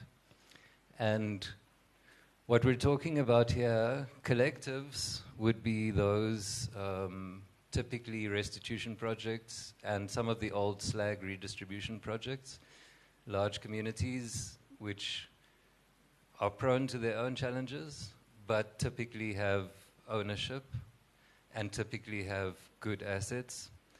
And so they typically attract more state resources and more private commercial investment. The aspirants, we put them, maybe if you think of your plus farmers, they tend to be maybe 3, 5, 7, fewer numbers. They attract a lot of state resources, but they can't attract much commercial investment because of the nature of the ownership. It not being freehold title, you get some private investment trying to get in, but generally those deals don't work out and that investment tends to be sunk and lost. When I say abalimi, what I'm referring to is the irrigation schemes. A little bit of state investment goes into that, but generally the irrigation schemes are maybe not as loud and problematic as the land reform projects, and so they therefore attract a little bit less, a little bit less investment. The dreamers, that would be those that are attempting to do a project, let's say in former homeland areas on the estates, or that are trying to do a deal on a plus farm, but essentially none of the factors that they need to do a deal are in place. They don't probably have legitimate rights to that property. They don't really have proper decision making. They're able to attract some resources, but it all falls apart quite early, and so they lag at the back. All right. It would potentially be interesting at some stage, perhaps at the end of the financial year, for the CFO to plot a similar representation of actual spending over the past 5 years and see how it matches up with our interpretation of how resources end up being allocated. Generics on models. Facilitator, this is the third last slide. Generics on models, again, just so that we can align our language, shall we say. Each one in its own right could turn out to be a course module if there was ever such a course. So let me go through quickly. A fixed lease is basically the way we all understand a lease to be. You've got this asset, we're renting it, Tina Bofas van sale, ne? Although I'm the cock, but let's say Tina Yabo van sale, we're renting it. We pay this lease amount every year, every month. A variable lease is a little bit different. It's still a lease, but it's normally linked to the amount of money that gets generated in that business or that farm. So variable leases, you see them a lot in the shopping complexes. You rent your shop, but you actually pay a percentage of the sales from your shop to the complex owner. So we get those in the agricultural sector as well. Lease-based JVs. A lease-based JV is basically you're leasing, but the owner of the asset is also in the business, and so the business pays a lease to the owner, and then also a profit share depending on your percentage of ownership. A profit-sharing JV is a little bit different in the sense that maybe the business is not paying a lease fee, it's only paying a percentage of the profits. Management agreement. Again, I won't offer any opinions, but a management agreement would normally be a situation where UCC is owning the farm and she's getting us both on sale to run the farm and paying us a fee to do that, but we don't actually own the business. Outgrower arrangements. That's where we're farming with tomatoes and we have our market. Instead of expanding our own production, we buy tomatoes from you and sell your tomatoes, and we have an outgrower arrangement. And then off-take agreement. That's just from the market side. They're offering you to buy your stuff at a certain price, at a certain quantity. Obviously, any actual model in reality is seldom purely just one of these things. You'll often find a lease-based JV that also has a management agreement and all of those kind of things. So just for the sake of terminology. How do people decide whether to get involved in a deal and how to structure that deal? It tends to have to do with this quality return decision space. So when we're thinking about quality, there are three standard economic factors that all of us that did even Economics 101 probably are aware of: land, capital, and people. Those are the main things that you're consciously or subconsciously trying to figure out when you're determining the attractiveness of a particular asset, shall we say. In the interest of time, I won't unpack them, but when you're looking at a particular land asset, you know, the soil, the water, the climate, capital, how much capital can you raise for this? How much will that capital cost? Are there conditions attached to it? And these things are interrelated, right? The more attractive the asset, the more attractive the kind of capital that you can likely attract to it. When it comes to people, I've got a short special slide for that, so I'm saying it's not such a short story. Okay. Reminding us that we're talking about this in the context of land reform, and so the people question is a peculiar question. So just again, back to those basic building blocks in the 2 slides back. You have the asset, which is typically a farm in this case. You have the operator, which could be an individual who's planting tomatoes, or it could be a big firm that's done a deal.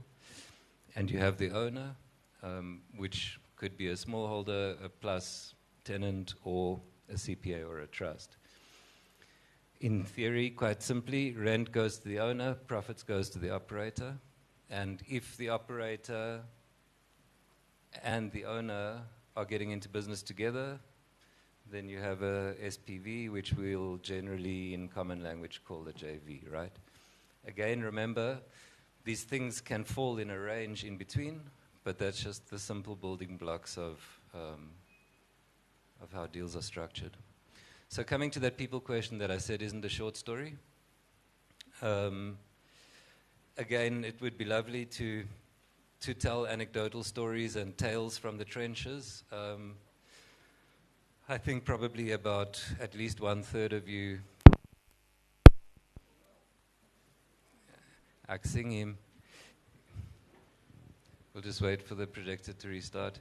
At least 1/3 of you will have had your own unique experiences, and I'll talk to the slide even though you can't see it right now. When it comes to the business experience, Ubabilo, comrade, oh, so Pumilelo, was talking about that difficult thing of separating the leadership of a CPA, for example, from the business. And the whole question of having ownership in a business, on an emotive level, we like to think that it should be so, right? If you've got a high-value project, goopy, and you're doing a high-value deal on it, you would like to think that automatically the Makhuba Trust Spanbani should be part of the board of the new whatever ZZ2's company is called.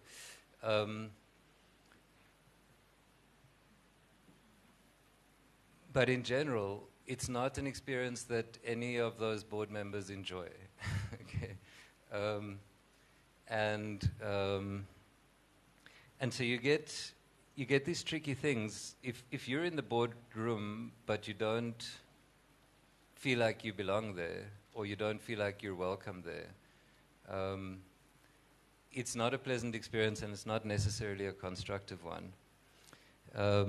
But then let's say that everybody in the boardroom does see eye to eye and does get along.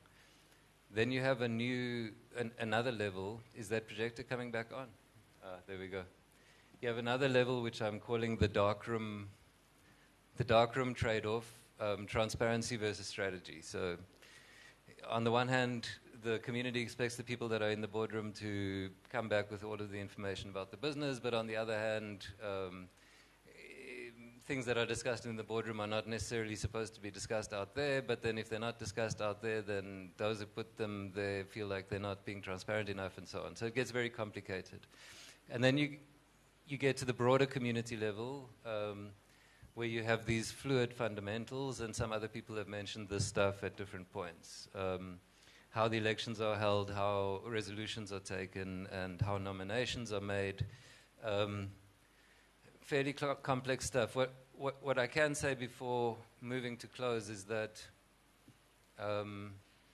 there aren't necessarily perfect rules and perfect solutions to these dynamic issues. If you've seen them, you understand them, and you also understand that they're not necessarily so solvable. Some communities and some projects will solve them better than others. And one of the things that's extremely difficult, again, talking to my sympathies for government, one of the things that's extremely difficult is accepting that less than 1/3 of what you take on will succeed. And you kind of have to make peace with that. Not all things are created equal. So this is the last slide. And it's just making a closing point on two things before the House and the panels get to essentially engage in the subject. The first thing is, when it comes to deal making, it is unfortunate and true that bigger projects of higher value are able to attract better expertise, and smaller projects of lower value simply can't do that. However, even the small project of low value is no less complex, shall we say, than the big project of high value. So you can't get proper professional services to help at poorer resourced projects, and you only get what you pay for. These things don't happen automatically, and they don't happen by themselves, and And if you can't afford a high-level solution, you also can't really expect a high-level outcome. Then the sustainability point, last anecdote. After we'd been working in deal structuring for about 12 years, we thought that we had come up with the theory of the ideal model. And we hope to find empirical evidence of this by studying deals that were made in a couple of different sectors across the country. And unfortunately, the result of our studies was not what we had expected. We didn't find evidence that the deal that we had designed and invented was the best deal in the country. What we found was that the deals that were most sustainable were the ones with the strongest partners. And it's counterintuitive, but when you think about it, it probably makes sense. Thank you very much for your time.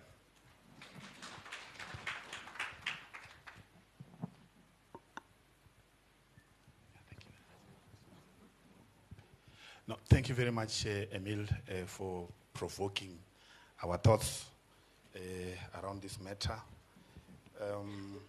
I'm going to try, with the remaining allocated time, to harvest as much collective wisdom from yourselves as possible.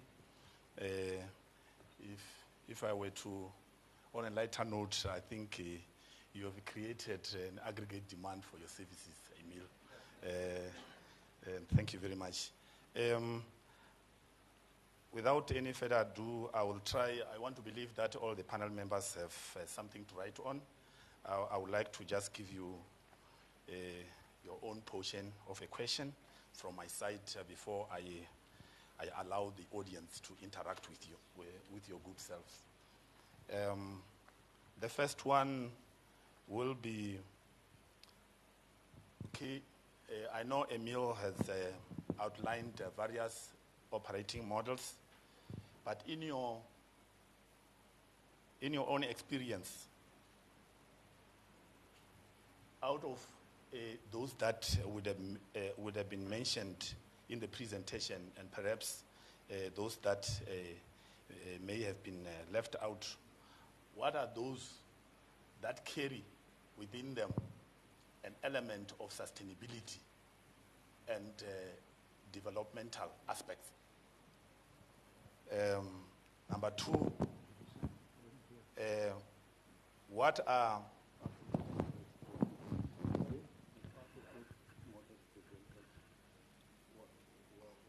okay? The second one is, what are the genotypes or the genetic makeup? What are the genotypes or the genetic makeup business model? I know, and I've heard Emil touched a little bit on those. To the Ravele, to Mr. Betuel, what is it that you are doing differently as Ravele community that other communities may intelligently borrow from yourselves? To my chief here, Mr. Ndlozi, what is it that government is doing to support these models, both at stakeholder level and operational? Can you share with us some of the successes in this area? I know those who are familiar with the RAAVC plan,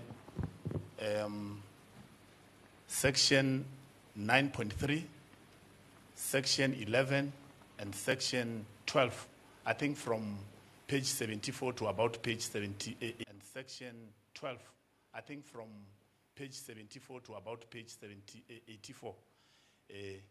That is where you'll find these matters discussed. Let's try to be economical, efficient with time. You can start.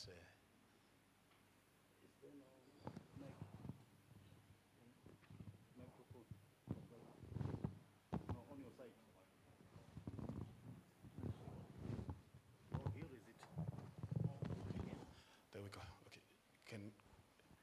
take Thank it you, right away. sir. So I'll try and be economical, and but you know, you've got to take your chances when you've got the mic. You don't often get it. Even at home, you never get it. You know, so and maybe I'll be careful not to venture into politics. But I think I also feel for the officials, and I want to compliment them on their efforts to try sense of this very difficult terrain of land reform. Because land reform is only successful if the business established upon it is successful. And so it's a combination of a challenge, like the previous speaker just alluded, it makes it just so much more difficult. But, so the MEC was referring to, and I don't know if he's present here, so I hope I'm safe, but he said if somebody's car was stolen and you get it back, you can't tell him what to do with his car. But I think we all know that land is different to a car, in the sense that land is forever, and that whatever this generation does to the land will impact on the next generation. And I think, therefore, we cannot simply take our hands off the land question and stand on the side while beneficiaries are battling to make sense, or to make a success of the land that was given back to them.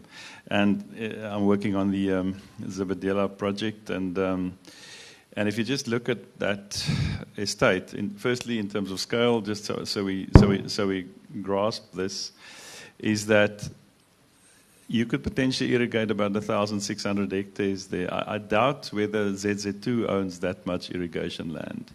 So it's really a magnificent opportunity for development, and if we don't get it right, the numbers quickly stack up. The opportunity for direct job creation is about 2,000 there. You know, the economists tell me that every single employed job created, direct job created, normally stimulates 2 jobs in the supply chain. So we're sitting at 6,000 jobs. And if we say every employed person in this country, you know, sometimes supports up to 5-6 people, I mean, we are over 30,000 people that can directly be sustained by a successful Zebedela type project. So we cannot just stand back. So this is very critical that we find the solutions. Now back to the question. After my elaborate introduction, I think the key element for me, what makes these things work, is governance. 3 rules: governance, governance, governance. I think that's where we battle. I've seen, and it was also mentioned by the MEC, that even a place like ZZ2 will tell you that it's not been easy. And also in family businesses, farming businesses, they struggle because when they move between generations to hand over. And I think this is what we're also seeing with these community projects, and we need to understand that complexity, to understand it's not unique necessarily to communal farm ownership models. It definitely also is an issue in the commercial sector to find solutions in terms of intergenerational management of these assets, and they've really battled, some of these commercial farmers, in finding a way to get that right. So we can also even learn from them. But I think the key here is, to make it work, we need to separate the family from the business. There needs to be a Chinese wall between the family and the business, otherwise it will not work. And I don't know if Mr. Betuel here will support me in that. If you can't achieve that separation, we will not be successful. So that business decisions can be business decisions and family decisions can be family decisions. And they can be emotion, it's fine, we're all people, but once it comes to business, we need to be focused on what's best for the business. And I think that will then pay the dividends of multi-generational, good decisions. We've heard how Z2 started with cattle, and look where they are today, providing 60% of the nation's tomato supply. But built upon good first governance. And then, if you governed well, you can make good decisions, and then you can appoint the right skills. And if you have governance and you have skills, the money will come. And I don't want to oversimplify this, but if you have governance in place, making good decisions, executing on that, appoint the right skills, the money will come. The models might differ, but the money will come. Money is attracted to stability and success. And good governance will bring the right skills, and the money will come. I think that's my point. Thank you, sir. Thank you very much. From our side as a Revitalisation community, we have acknowledged that we have acquired a property with a going concern business in terms of primary agriculture. And the CPA Act limits the CPA from running a business, which means that we have to register an operating company with CPIC in terms of the Companies Act 71 of 2008. We have a very clear lease agreement between the landowner with the CPA and the operating company, which is a subsidiary of the CPA. And there is a very clear line in between the two entities. And we have warned the beneficiaries that CPA has got nothing to do with the running of the farms, because we have leased those farms to the third party. You wait for the report when we convene a general meeting, and the report that will be coming, that will be tabled here at the general meeting, it is being tabled for your information, because you are not the shareholder in the company. Isn't it that the CPA has an elected executive? That is the one that is holding the shareholding on behalf of the CPA. If you don't play this game according to the rules, you will always be found wanting.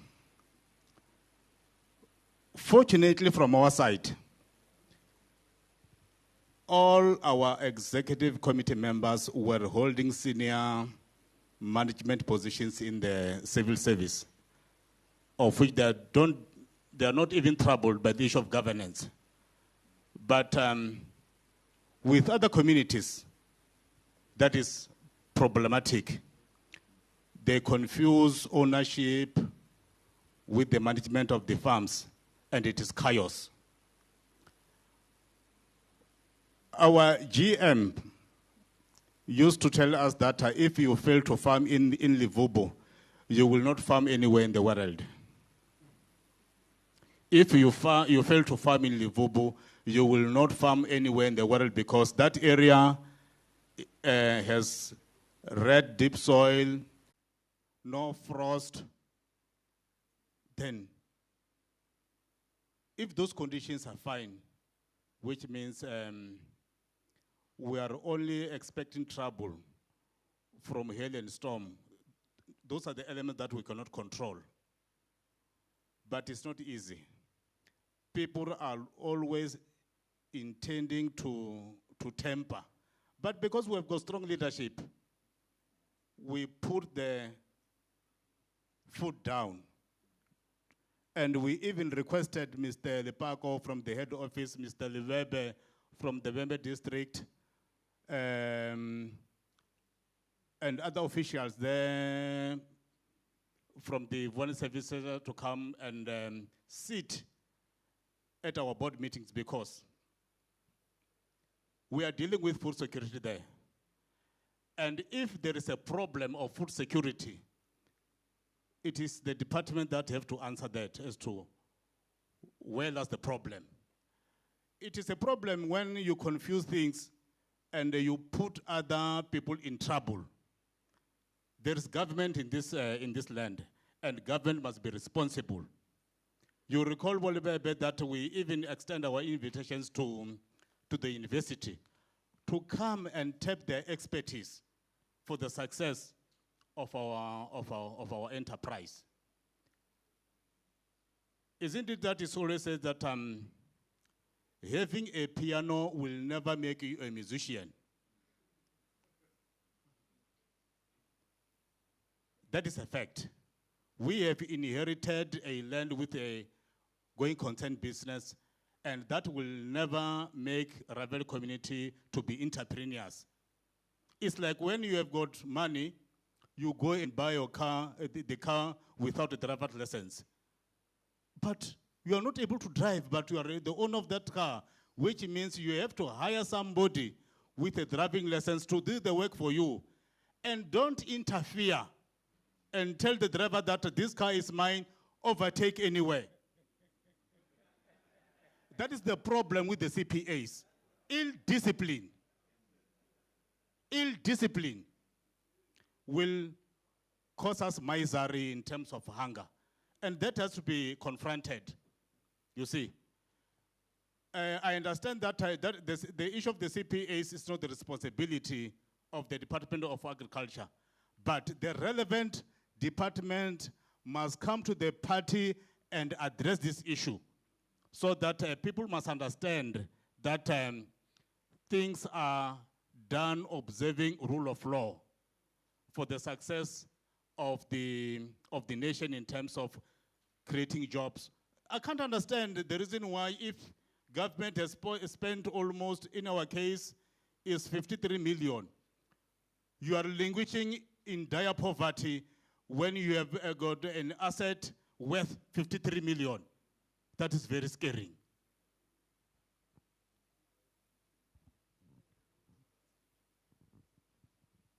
Good morning, everyone.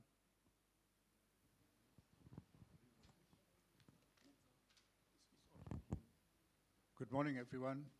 Can you hear me well? I'm just going to introduce myself because it places me, I think, in the questions. I've been working in land reform for 30 years.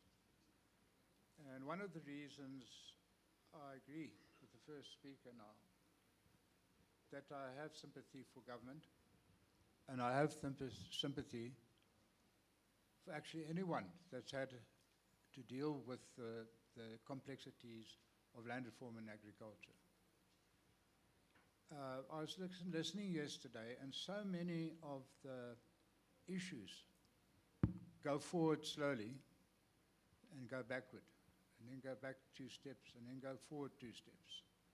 So one can easily get disheartened. And perhaps the best thing I can leave with the people here today is that you're in a tough field. Do not be disheartened. Put your mind to it, and you are doing very well. I'm very impressed. Now, I've worked 30 years, and I've worked in various sectors in the economy. I've worked for government as a land reform official. I've worked in an NGO in the field of HIV/AIDS mitigation. I've worked as a consultant, and I've also had my private business. So I have insights that it's very difficult to put down and which can be applied to the problem of agriculture that faces a province in South Africa.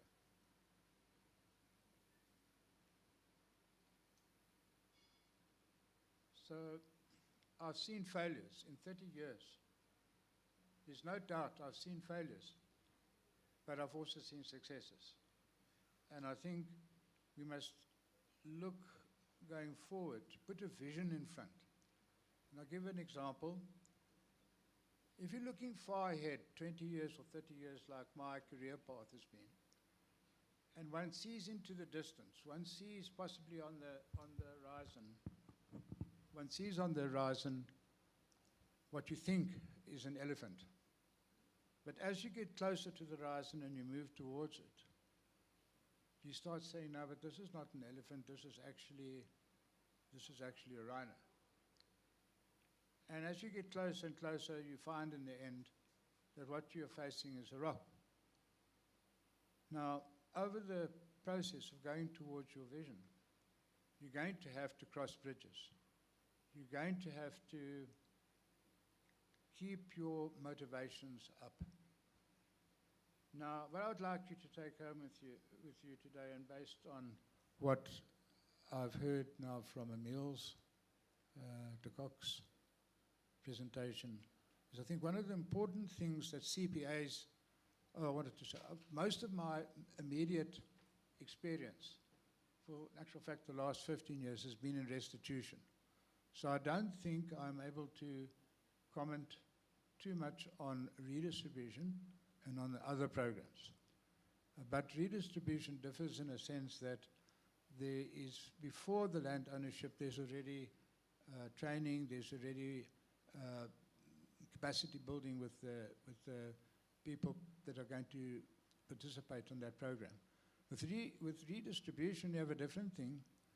Restitution, you have a different thing, because people suddenly get the land. And all the issues that face us here face those people overnight. Although they've been involved with many of the possibilities while they were doing the claim and putting the claim in and forming the CPA, they haven't actually started until they get the land. So I want to move from there, and I'm going to address mostly the fact that it's a new restitution claimant, that it's one of the claimants that Mr. de Kock had put on there that is a rather big resource-rich, on a farm that's resource-rich, and it's a big claimant community. In these sort of communities, I think one of the things that I've seen as a factor that I think everyone must take home with them is that the CPA was designed as a land holding entity. It was not designed as an entity to do business. It takes too long to make decisions in a CPA, so it's not the right entity to do that. So it holds the land, but it does not actually do the business. The business should be done in a company that's sitting next to it, because a company can react to what the needs of the economic situation is far quicker. And it separates the responsibility. CPAs are almost, if you like, political, because they're elected. The members are elected every 5 years, the executives. What you have is they do the verification. They keep the verification of the beneficiaries up to date. They oversee the use of the land. But the actual running of the business, the farming business, should be done by a company. Now, an independent company, on a lease, on I think what was put forward earlier, was on either one of the leases on a JV model, or on even on a passive lease model.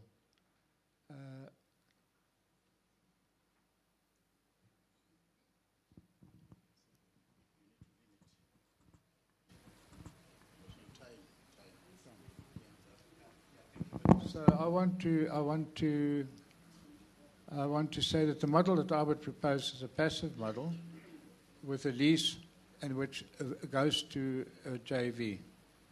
And this should be supported, like previous speakers have said, with extension, which I mean full support, that's agricultural extension, as well as institutional and government extension to the office.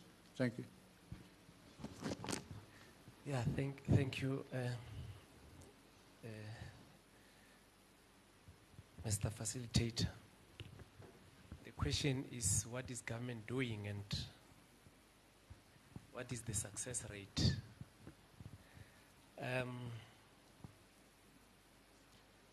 Okay, as the MEC has indicated, the CPAs and the PTYs are the private companies. Under normal circumstances, government was not supposed to be involved in this area.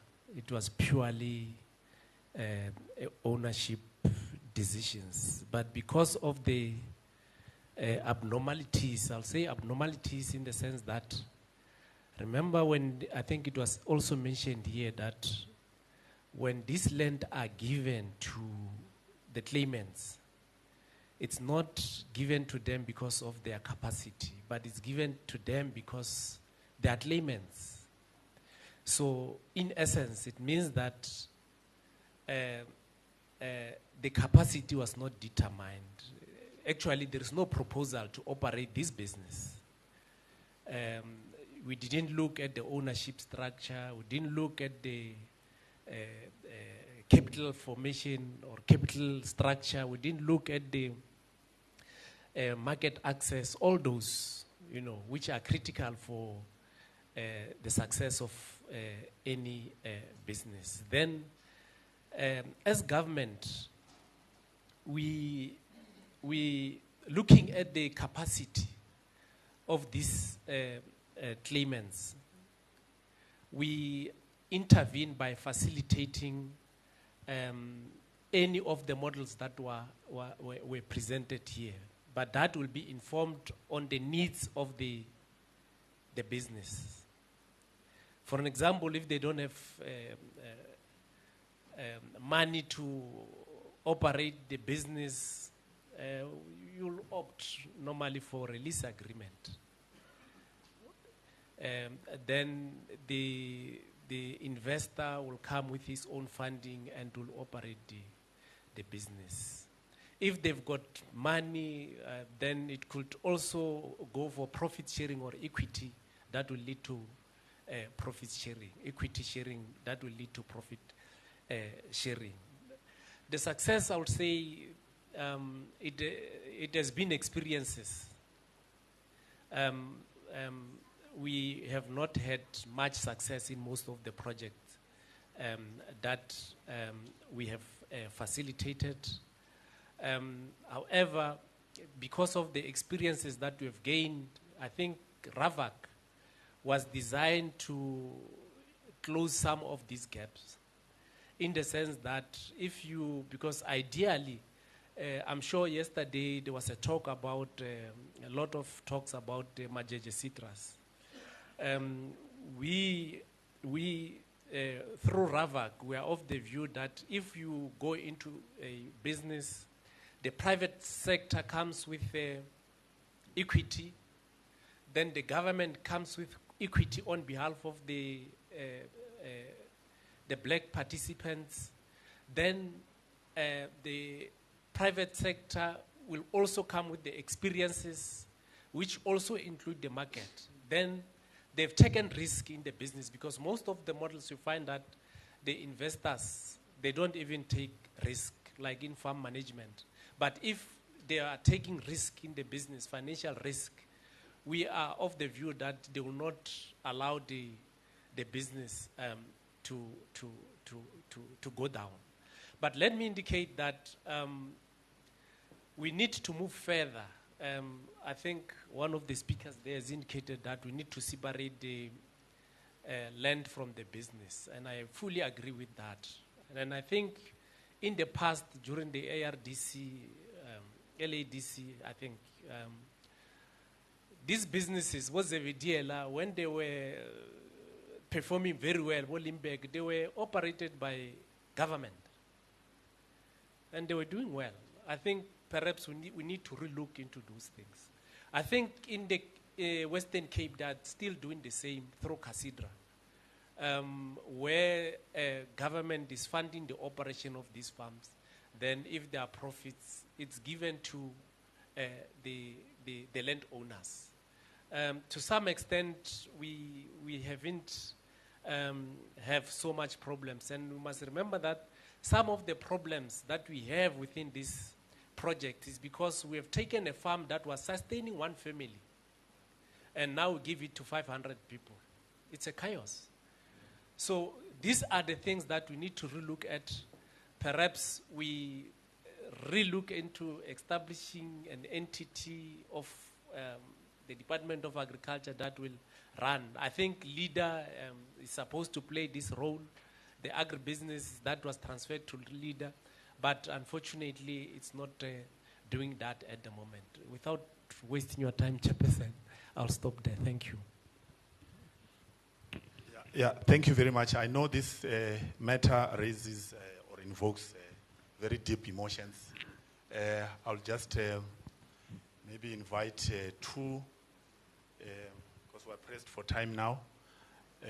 Two, I see a hand over there. Another one, okay, yeah, the last one will be Masango. Thank you very much. Okay. May I request that we just shoot straight to the point? Thanks. Yeah, thank you. I think we say a lot and we learn and we know, but I think most of the information that we get, it's not new to us. I think what is the way forward? And I think with all the challenges, at the end of the day, and I see the theme of this program is to enhance economic growth through the revitalization of agriculture in Limpopo. Now, if you look at the theory of economy, there's three pillars. And the one is growth, the other one is stability, and the other one is fairness. And if you combine that three, no economy will be sustainable if you don't have that three pillars, and it must be solid. And what's interesting, you can measure that from the model that you want to impose as to the same model that the financiers is also using. So, and we must test ourselves, and I want to emphasize the fact that we can't prescribe to a CPA or a new landowner how to get his household in order, because that is it's also a terrain that I don't want to move on, and I completely agree with the Honourable MEC, that's politics. But I would love the day when we have a summit of agriculture where we can really address the challenges of agriculture and not social issues. Because if agriculture is making money, there's no more social issues. And we're sitting here, we're talking about structures, we're talking about CPAs, and it's a sorrow story outside. If you see how much money CPAs are spending with lawyers of infighting, and not going, that money should go to the beneficiaries. And I honestly believe that it's unfair for the Department of Agriculture to play that role of CPAs and structure CPAs. I think it should be with the Department of Justice, really. Thank you very much. But the issue is that if we measure our project in terms of stability, and I've got a lot of empathy with the emerging farmers as well, but it's the same tricks. If you have a farm, you must prove to the financier, to the government, how stable is your farming project. Do you have a proper leasehold, a title deed, all that kind of things. It's the same things that funders are looking at. The second thing is growth. Growth, you must be financially sustainable. If you don't grow, you will not be financially sustainable. That is the trick of business. And the other thing is fairness. Do you share your benefits and your proceeds, your way of farming? Are you fair to the environment? Are you fair to policies? And that is for me the three things. So everything that we do, let's measure it against that. The model for me will come up in its own. And there is no specific model. Every project's got its own dynamics, different people, and I think that is the way that we must go forward. Thank you. Thank you very much, sir.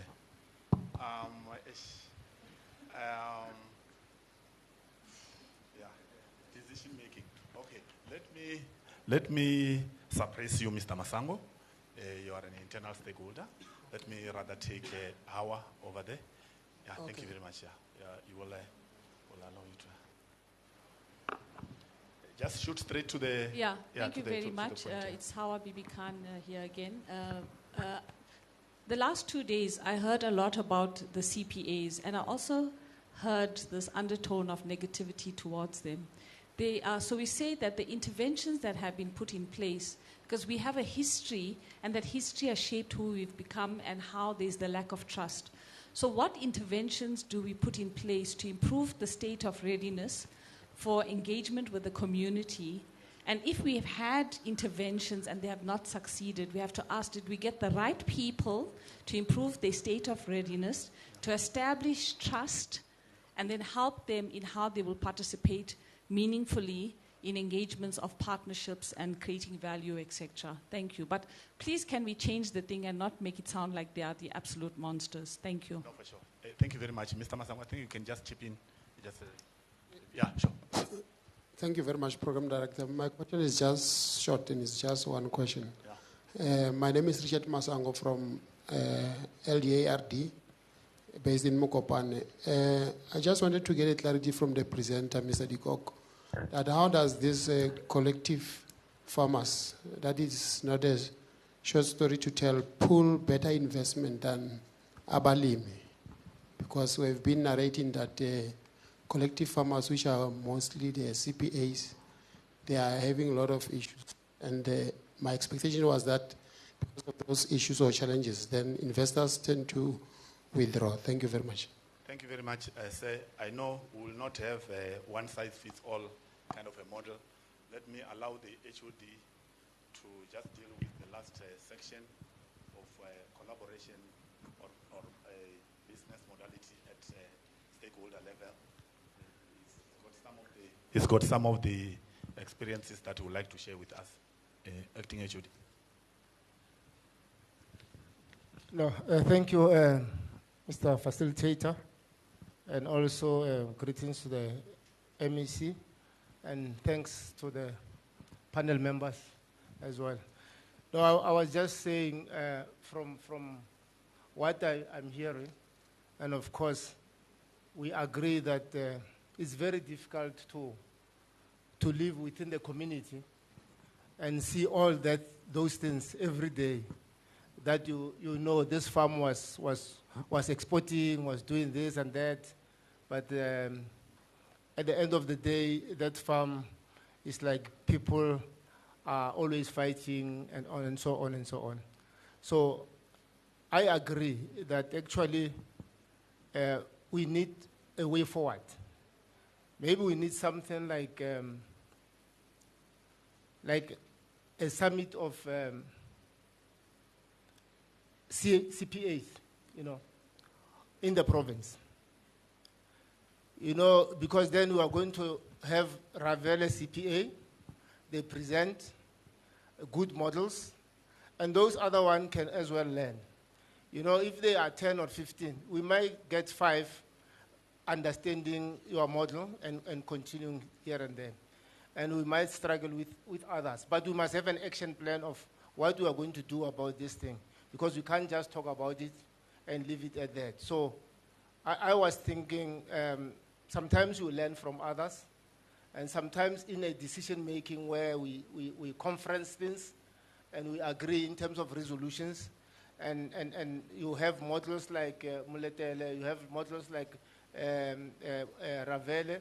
Those can be our panel members and can be presenters in that setup, and they can motivate. We also need leader.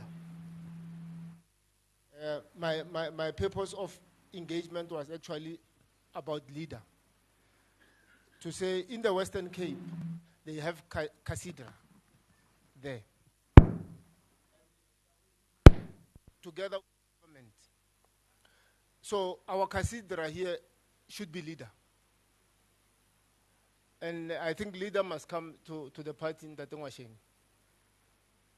So that we are able to mobilize the resources and leader take its role of implementing this agricultural development program. And I'm telling you, if you can work together in that way, definitely we'll go somewhere. They used to do these things working with us from agribusiness side, looking at Mahoba, Mkumbaniti, all those projects. They were at least better, even Zibidielas, because we put somebody there as well, who's an ex-official, who's also monitoring. So we are able to manage things as well. So I was thinking maybe we must have one-on-one with the leader and see how we can, because even in terms of our expenditure, we are struggling, but we have an agency which should be able to help us in terms of implementing some of the projects. So I think we need this kind of partnership including the private sector as well. That's why when we live here, we should be able to have this agreement and resolution, how we are going to take this process forward in terms of us as government and private sector, and the leader included, and have a common and clear objectives and smart goals, which we actually can work on and agree whether we report after in quarterly or monthly or whatever, but we must have something that we actually pin ourselves to. Otherwise, it will be just a talk show. So we need to move towards engaging and agreeing on some of other things. Thank you, Program Director. Thank you, Acting HOD. I think we're going to have, I'm left with 5 minutes, maybe just 1 minute each, just to share with us some parting shots. You'll be in the process trying to address some of the issues that have been raised from the ground. Just 1 minute. I know it's very impractical, but let's try. Just 1 minute. Yeah, you can start, sir. You can start, yeah. Yeah, let me start. The key issue here is discipline. Okay. You lack discipline, you are inviting trouble. Okay. So that's the key issue. Thank you. Thank you. Thank you very much. Thank you very much. Yeah, and I think also having listened to the speaker next to me, he's also opened my eyes. I think we lack leadership, I think, and that came through clearly. I think a good leader will put in structures to which he's also accountable, so there you get governance, and then a good leader will then attract the right skills, and then the rest will happen. But I want to latch on to what the HOD was saying, is that I think it's time for us to structure the way forward. I think we've learned a lot, we've talked even more, we've spent a lot of money, scary amounts of money, and they say the definition of insanity is to continue doing the same thing, hoping for a different outcome. Yes. And at the moment, we act insane. So that's my parting shot. Thanks. Thank you very much. Thanks. My parting shot is that we are calling our private sector investor to join hands into, assisting us to develop the sector in the province, more especially to partner with the black farmers or black communities. And through this engagement, we have noted that there is an appetite to see a lot of farmers. And we will ensure that during our Farmers' Days, we invite our stakeholders. Thank you. Thank you. I won't be imparting any or attempting to impart any words of wisdom. I'm just going to answer the question directly that was directed at me. Why abalimi are not attracting as much resources as those collectives. And it's a purely practical answer, not philosophical or ideological. Historically, and I talk about recent history, abalimi, we're generally thinking about the irrigation schemes. And so irrigation schemes are typically large numbers of smallholders farming on state land. So when it comes to decision making around doing something that's going to be capital intensive and new market development, all that stuff, it's very difficult to coordinate that decision making process. On the collectives, on the other hand, even though it sounds like the difficulties of community dynamics and CPAs and all of those things, those are very visible, high value, high opportunity assets. So government tends to put in money because it's visible, and private sector tends to put in money because of the opportunity that can potentially be generated from those assets. Thank you.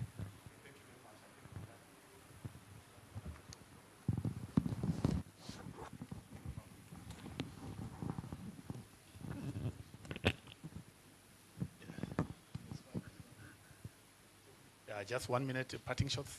Parting shots.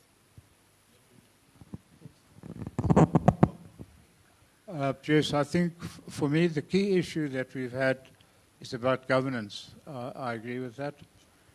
But I think funding needs, the sources of funding and the criteria are important to look at, because in actual fact I prefer to call them the investors. And I think we should look at even grant funding as an investor in projects. And I think the same as banks, like ABSA proposed yesterday, is also an investor. The transaction costs are hidden, especially to the community, because it's not just the interest and the cost of the transaction, it's getting to the bank up and down from miles over bad rural roads. And I think the banks need to look at that, so that's for me a very important thing to wrap up. And I think the last thing, and I think it's extremely important for the future, and I'm going to leave it, and it's nothing being done. Most of the big organizations that I know that have partnered with big CPAs have export companies. And these export companies have got parallel companies in Europe and all over the world and so forth. And we're seeing partnerships in the agricultural production side at the farm. But there is nothing being done to ensure that beneficiary communities also get representation on these marketing companies. Because otherwise, how will they get the experience?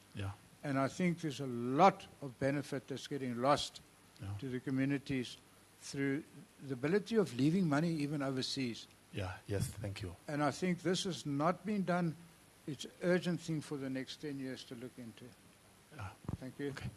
Thank you very much. I think the picture is clear for everyone to see that we'll never have enough time to deal with these matters, but how we craft the action plan as proposed by the acting HOD, I think will determine the success of this process, this all-important process. There were quick takeaways from this session.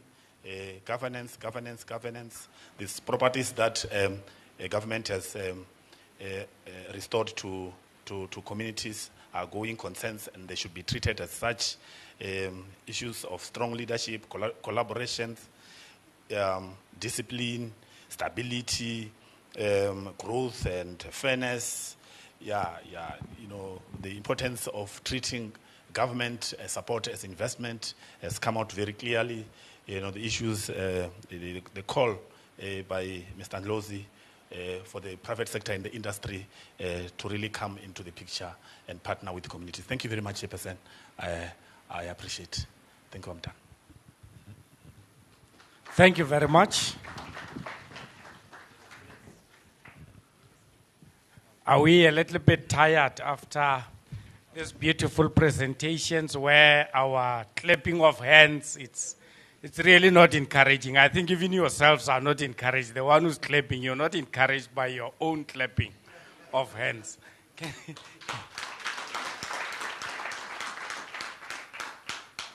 I think we are doing very well, a little bit with time, trailing behind by 30 minutes only.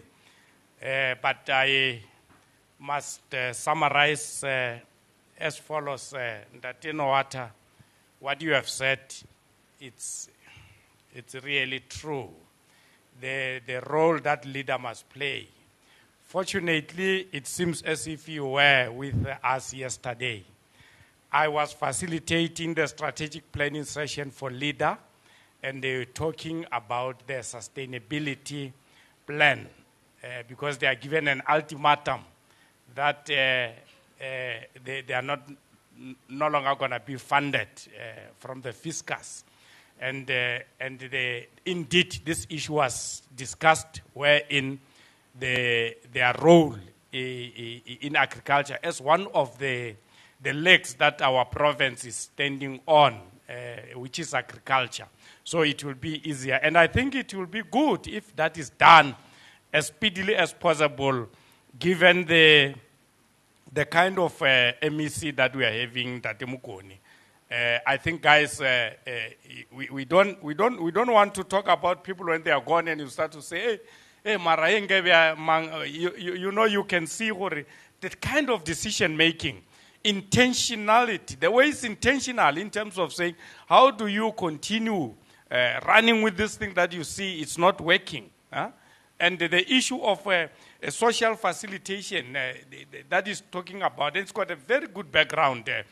You know, if you look at how they've been doing things during the days of public works, because some of these challenges you can see within the CPAs is a question of people don't have knowledge. And sometimes we introduce these people called the private strategic partners who took advantage of the lack of knowledge of these people and caused this whole lot of divisions and the fightings that are there.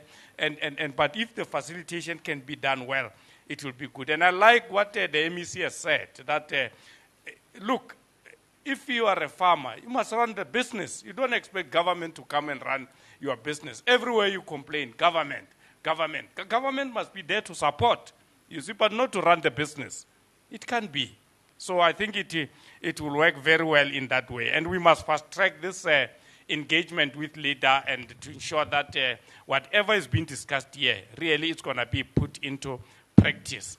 And I will, as we break for tea, I'm happy that I see the MEC, and he spoke about the driver. If you are given a car, if you want to use it and for nyatsi, it's your own business. Now the story of a nyatsi goes this way.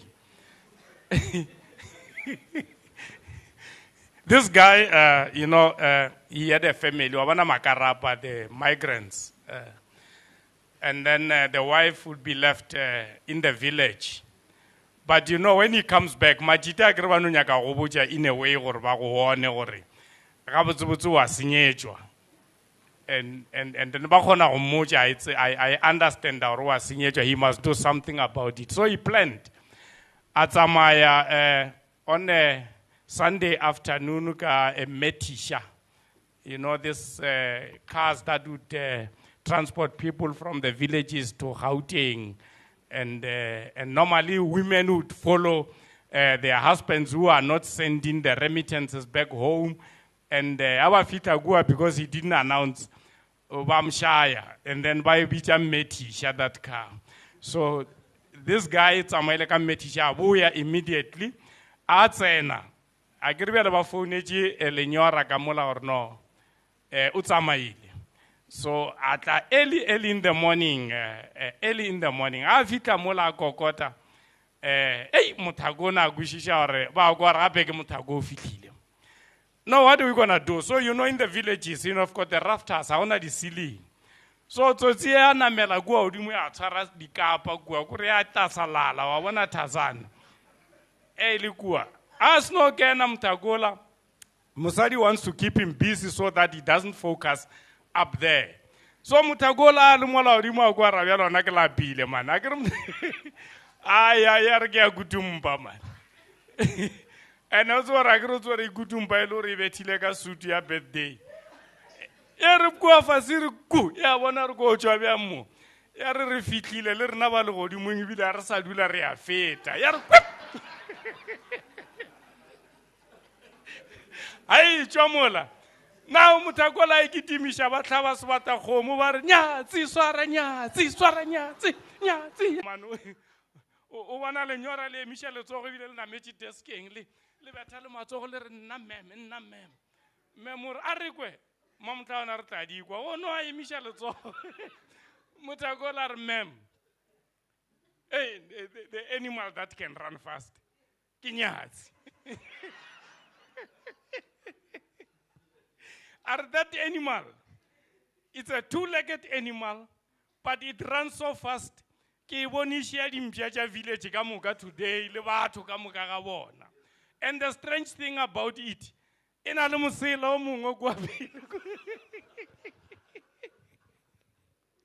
thank you very much. Let's break for tea. Let's take a 30 minutes break, then we'll come and do the last.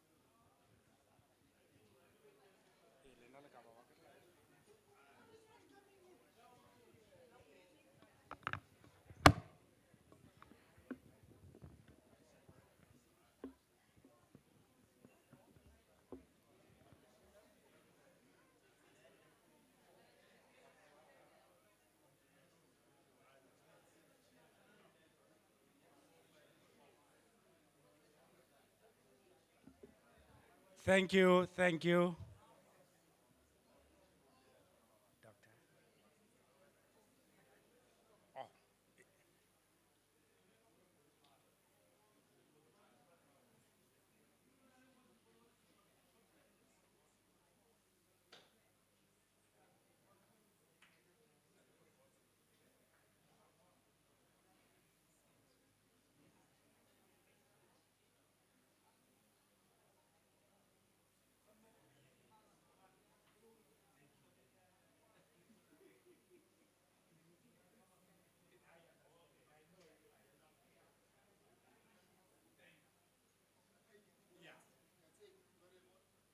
Thank you, colleagues. Just a quick announcement. Those who haven't checked out, I think you would have read that the checkout is at 10. And that will make serious problems for the department. Please, if you haven't checked out from the room, go to the reception and do that. And we will run a little bit faster now, but without compromising the quality of discussions that must take place. I just want to check quickly here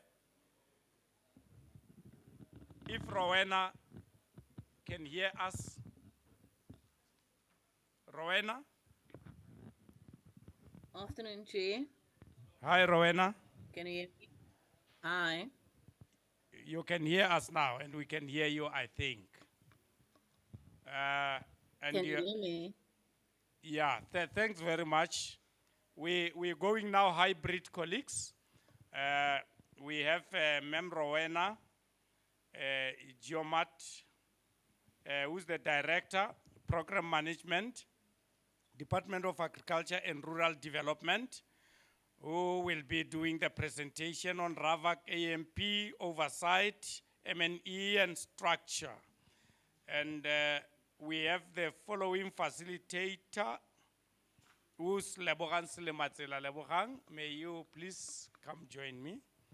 And then we're gonna ask, Lebogang is the Director, Department of Agriculture, Land Reform and Rural Development. And the panelists are Ms. Tandeka Nchangazi. Tandeka.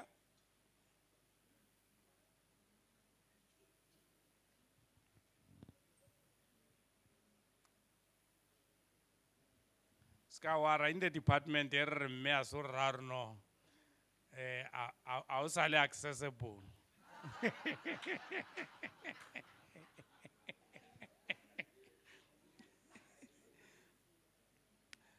Dr. Melinda Lavskachne. And Metandeka, it's an agricultural economist, National Agricultural Marketing Council. And Dr. Lavskachne is the one who made me to be what I am, because she's the one who appointed me into the department, working under her, Dr. Lavskachne. It's the Chief Director, Agrarian Transformation and Sector Development Services. And then we've got Ms. Sbongile Makwarela. She's the Deputy Director, Agro-processing and Value Addition, Limpopo Department of Agriculture and Rural Development. I know you'll drive it within the time frame that we have allocated. I know you. I know you. But now we're gonna ask May Geomat to make her presentation. Are you the one who's gonna run the presentation for her, or is she running it from that? Okay, Rowena, you will tell us how you're gonna do your presentation. Over to you, Rowena. Yeah, you can in the meantime. Hi. I was asked to flight it using doing it online, but I need permission. Okay, here we go. Good afternoon, everybody. And my humble apology that I cannot be there. I hope you can see my slides. I just need an indication from the chair. It's visible, ma'am. Good morning. Good afternoon, good morning. Okay, so my name is Rowena Jumata. As I was introduced, my presentation will not be too long, but I'm hoping that it's going to stimulate some discussion. So the agriculture and the agro-processing master plan signed about May of this year came up with a few targets. So it's comprised of 17 commodities, and deep dive analysis were conducted by the Bureau of Food and Agricultural Policy, as well as the National Agricultural Marketing Council. And the following targets were agreed upon and signed off by social partners. So having said that, the big question becomes, how do we reach these targets? So the slide shows on the left-hand side hectares under production for 2018-19, the expansion thereof, the NDP targets, and what the commercial employment was. I hope the detail is not so important. What we do have are more or less the current participation of black farmers, ranging from about 2% in macadamia and citrus, with a high of 34 in beef. So one of the key targets is to transform our industry and to drive greater inclusivity. It's not a new vision, but the question then becomes the how and the what. And so in your right-hand side columns, we have set certain targets for production outputs, as well as jobs and the participation of black farmers. So an important piece of work that the NAMC has done, along with the department, was to say that we need to focus on certain strategic commodities. It's not a new approach, but it is an approach that needs to be emphasized. And so it will be for Limpopo to be able to say, what are the strategic commodities? And I think Ravak has neatly outlined that, but it will also be important to allocate that to space. And so one of the key challenges would be to be able to say by district and for the province as a whole, what would be the focus areas for the commodities, the strategic commodities you will be selecting. Now, I say this because the department will be introducing a new set of standard operating procedures on how programs and projects will be aligned to the AMP. And it goes as follows. So we will be firstly introducing the new standard operating procedures that encourages both provincial departments of agriculture and the provincial structures of the old Dr. DLR, which we call the provincial shared service centers, to work together. And so this will be constituted legally that both at the district and provincial level, projects that are to be approved needs to be selected jointly by both PDAs and PSSCs.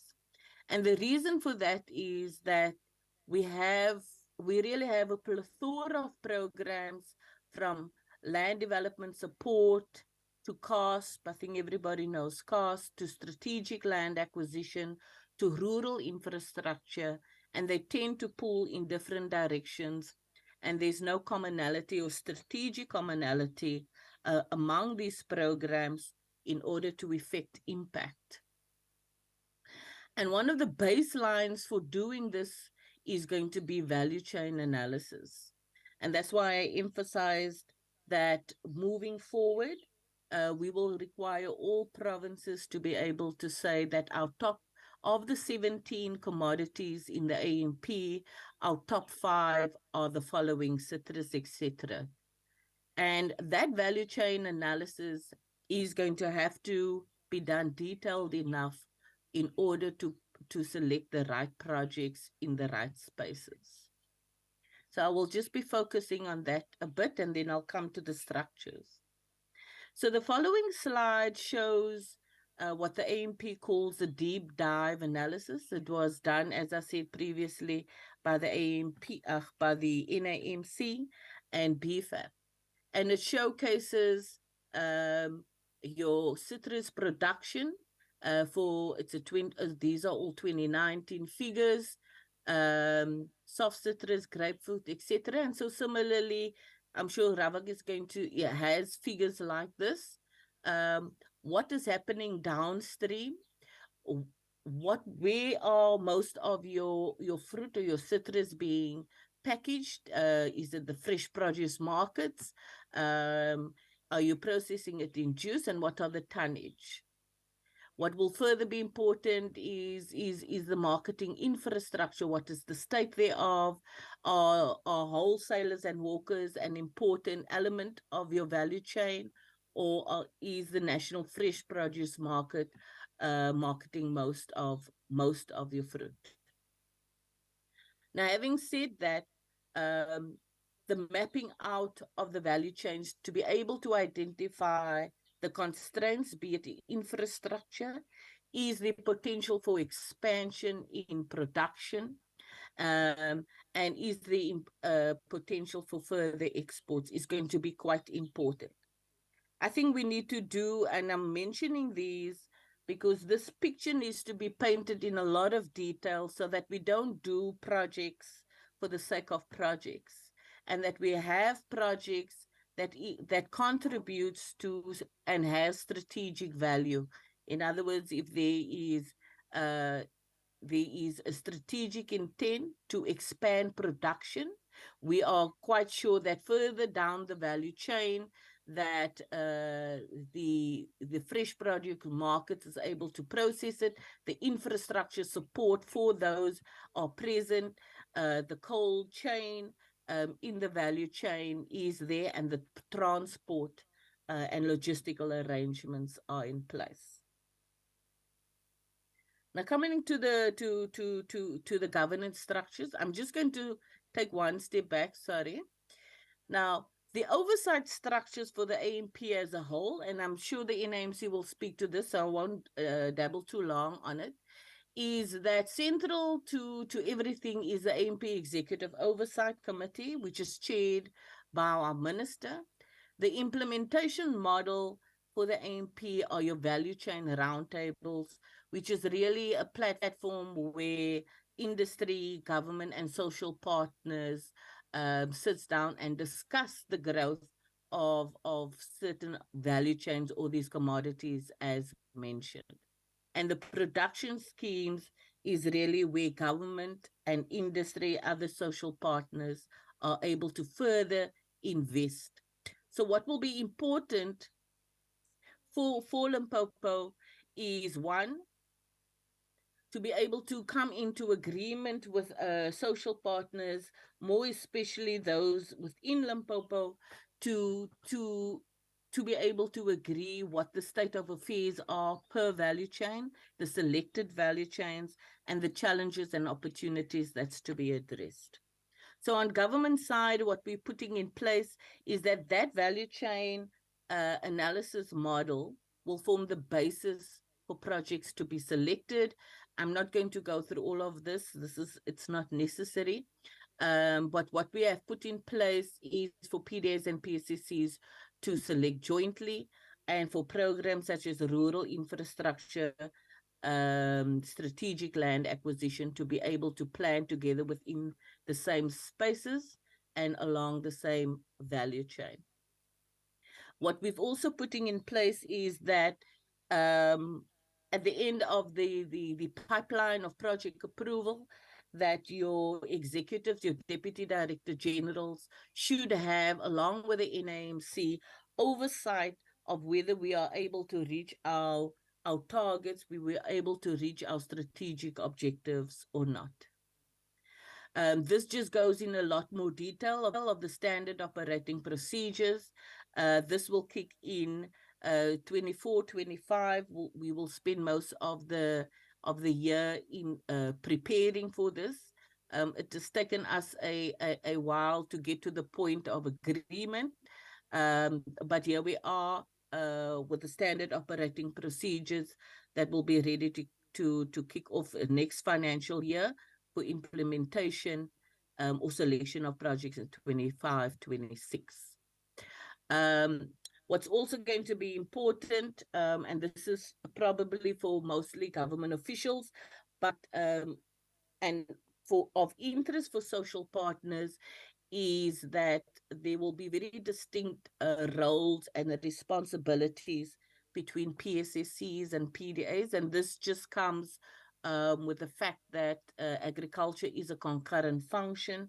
So, and so all agricultural related activities, which is still in discussion, might just reside with the PDAs. And so the modalities of how we split the roles and the responsibilities will play a key role on how to unpack it. My last sentence, I think I'm going to end up with this, is that we will be requiring all projects to have very specific elements in it. We cannot be funding proposals that doesn't have good financial records. It doesn't have a good business case, but this will be discussed with provinces still. So the idea is to start moving towards, I will call it feasible projects and not necessarily bankable. Unfortunately, and I think we've discussed, or you've discussed it for most of this day and probably yesterday, is that our understanding of which projects to fund has been ill-informed of what's happening or what is feasible within industry. Sorry, Chair, my very last sentence, and then I will end. And I'm just looking for that slide. Okay. Having said that all, we should be cognitive of the fact that we are still functioning in a dual system. And what we are seeing is that a lot of the market powers are still concentrating in the hands of a few. And so as we move along, and this is food for thought, as we move along with our monitoring and the discussion of altering our strategies, is to say what is the role of the state in an ever-concentrating market, and what is its impact on our transformation agenda and our development agenda. I think that would be my parting comment. I hope I've shared enough for discussion. Over to you, Chair. Okay, thank you, Merowena, for the presentation. Good afternoon, colleagues. My name is Lebogang Selematsela from the Department of Agriculture, Land Reform and Rural Development. I will be facilitating the panel on the AMP. Since yesterday, a lot of speakers touched on quite a number of things, which from where I'm sitting, this panel sitting here, is supposed to ensure that they are implemented, monitored, and reported upon. There were issues around the inclusion of public sector, private sector, institutions of higher learning, as and when we are implementing programs. Merowena may have to note that as something that she may need to take us through in terms of how best can we rope them into the party so that we make maximum impact in the implementation of the programs. We have also not included the district municipalities as and when we were planning for this engagement, and we have not been doing so even when we're doing the identification of projects between the two departments. This is something that we also need to look at so that we don't leave them behind. In one of the presentations that was made yesterday, the presenter made mention of NAMAC being the one to oversee the implementation of the AMP. What I would like the colleague from NAMAC to do is to just take us through the implementation strategy to ensure that we achieve the objectives of the AMP, and also the issues around the roles and responsibilities, the monitoring, the frequency of monitoring, so that we are able to know when do we expect feedback to track as to whether we are moving well with regard to the achievement of the objectives that we would have set ourselves. We also have Dr. Melinda, who is also responsible for monitoring and evaluation function within the Department of Agriculture and Rural Development, who will be expected to at least take us through the monitoring plan or systems that are in place with regard to the implementation of RAAVC and the AMP. Mema Kwarela will have to at least touch on the issues around the governance structures that Rowena touched on.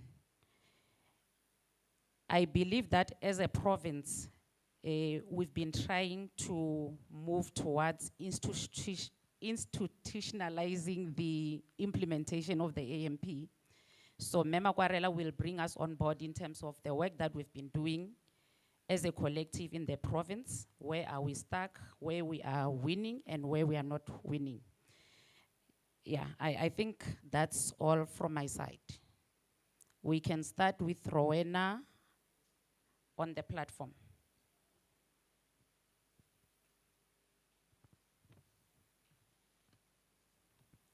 Rowena?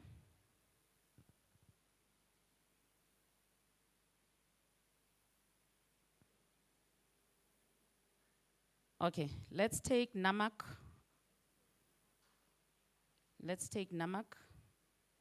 Kindly take us through the implementation strategy that you have in place, the monitoring system, the reporting thereof.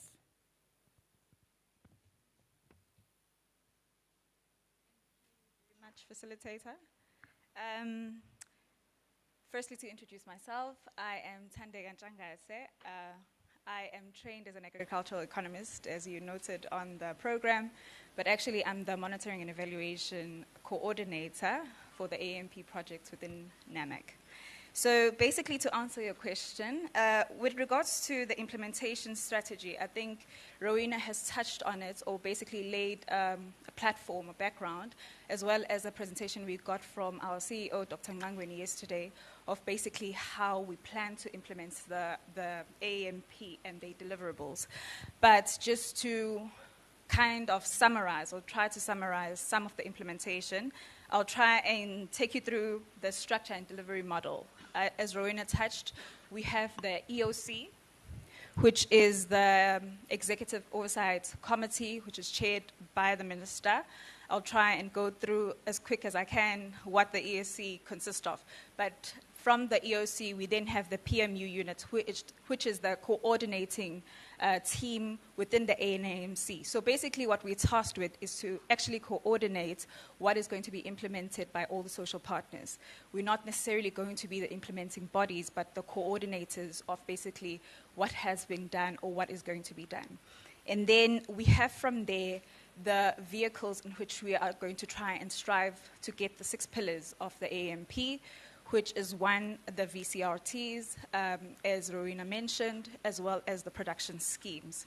So to quickly just go through what the EOC is, or what the body stands for. Basically, it's a platform whereby it's going to sort of review and approve some of the roles that we are tasked with It's going to take stock of some of the work that's been done. It's going to sort of stand as the oversight structure for MNE for the entire South Africa and what has been done in each province and by all the social partners who signed the AAMP project. Who consists of the EOC. It is chaired by the minister, as said, and then there is the government, which is the DG and DDG, DDG of Directorate Marketing, and then we have business representatives. These are your commercial business representatives, and we also have what we are calling emerging business representatives. And then we have some reps from labor, and we have some reps from the community, which at the moment we're finding difficulty as to sort of label what community really consists of. And then we have permanent members of the PMU unit as well as the EDTM at national, as well as all the relevant DDGs.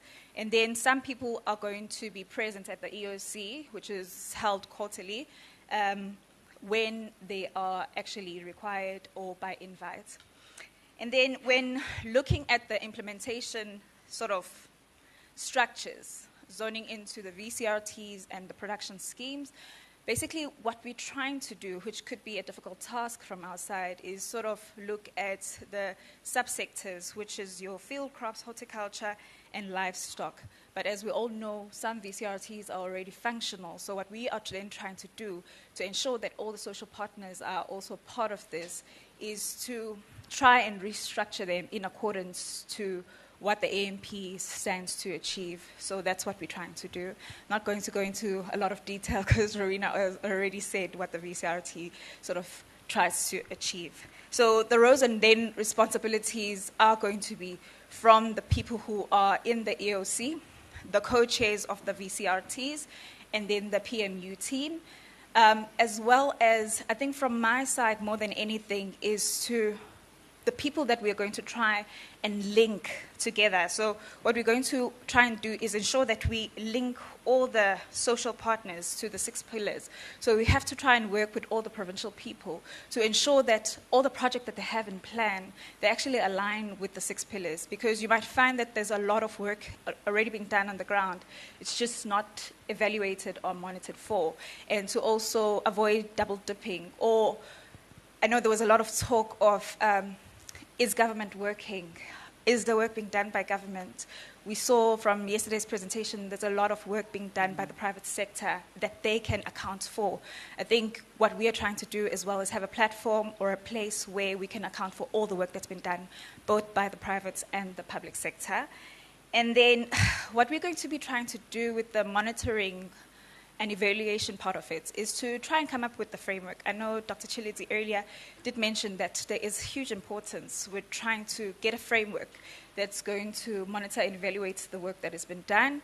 So we are already working on that. We've met with national, we are trying to meet with departments to work together and see if we can find a framework that's going to basically consolidate all the work that's been done, all the work that's been planned to be done, to ensure that this is not one project that is, as people say, failed or been done before and nothing is seen. And I think what we're going to try and achieve as well is to answer the questions that most people on the ground are saying is it actually being seen by the farmers of which we are supposed to be working for? Because at the end of the day, it's not just for the people who are in the room, it's also for the people who are on the field.